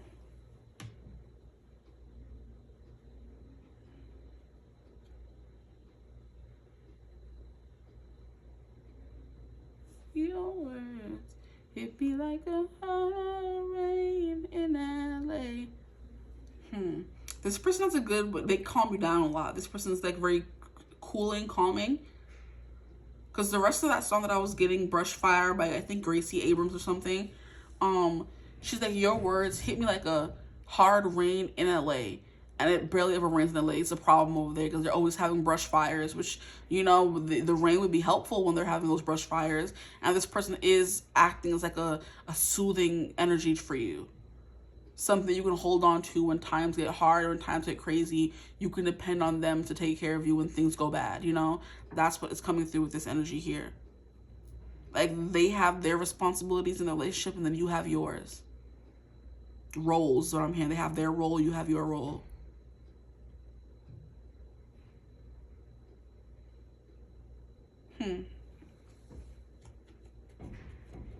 You guys will also have blind faith in each other is what I'm getting as well. But that's all that I have for you guys, so I'll stop right there. I hope this reading resonated. If it did, feel free to like, comment, subscribe, join the tribe. We'd love to have you. If you would ever like to book a personal reading with me, you could always get in contact with me as my email in the description box below. But I hope you're having a beautiful, wonderful day whenever you watch this reading. And as always, I will see you. This person's also sorry. This person is, like I said, the prayer you've been asking for after going through a bunch of tumultuous relationships. This is the prayer. They're the answer to your prayer. Is what I just heard specifically. They said you didn't say what we wanted you to say. Heard you. I did touch on it, but I was talking about Russell Wilson and how he was Sierra's prayer. I didn't bring it back to you. This is a person that you have been praying for, you've been manifesting kind of energy. So if you did not resonate with this person at all, this is not the person for you. It's not your reading. But if you're still watching at this time, or however long I've been sitting here talking to y'all, then this obviously resonates with you, and this is the person you've been asking for. That's the specific message I was told to just tell before I finished reading. So if you're still watching, then you got your little message, you know? They're the answer to the prayer. Maybe, like I said, there's a mirroring energy here of you guys both going through hell, and you guys being the reward after going through that hell. You're their reward, they're your reward, you know?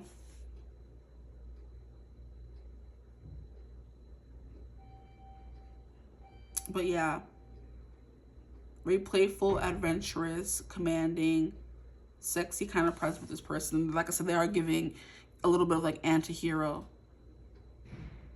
So yeah. But yeah, I hope you're having a beautiful, wonderful day whenever you watch this stream. As always, I will see you guys in the next one. Bye.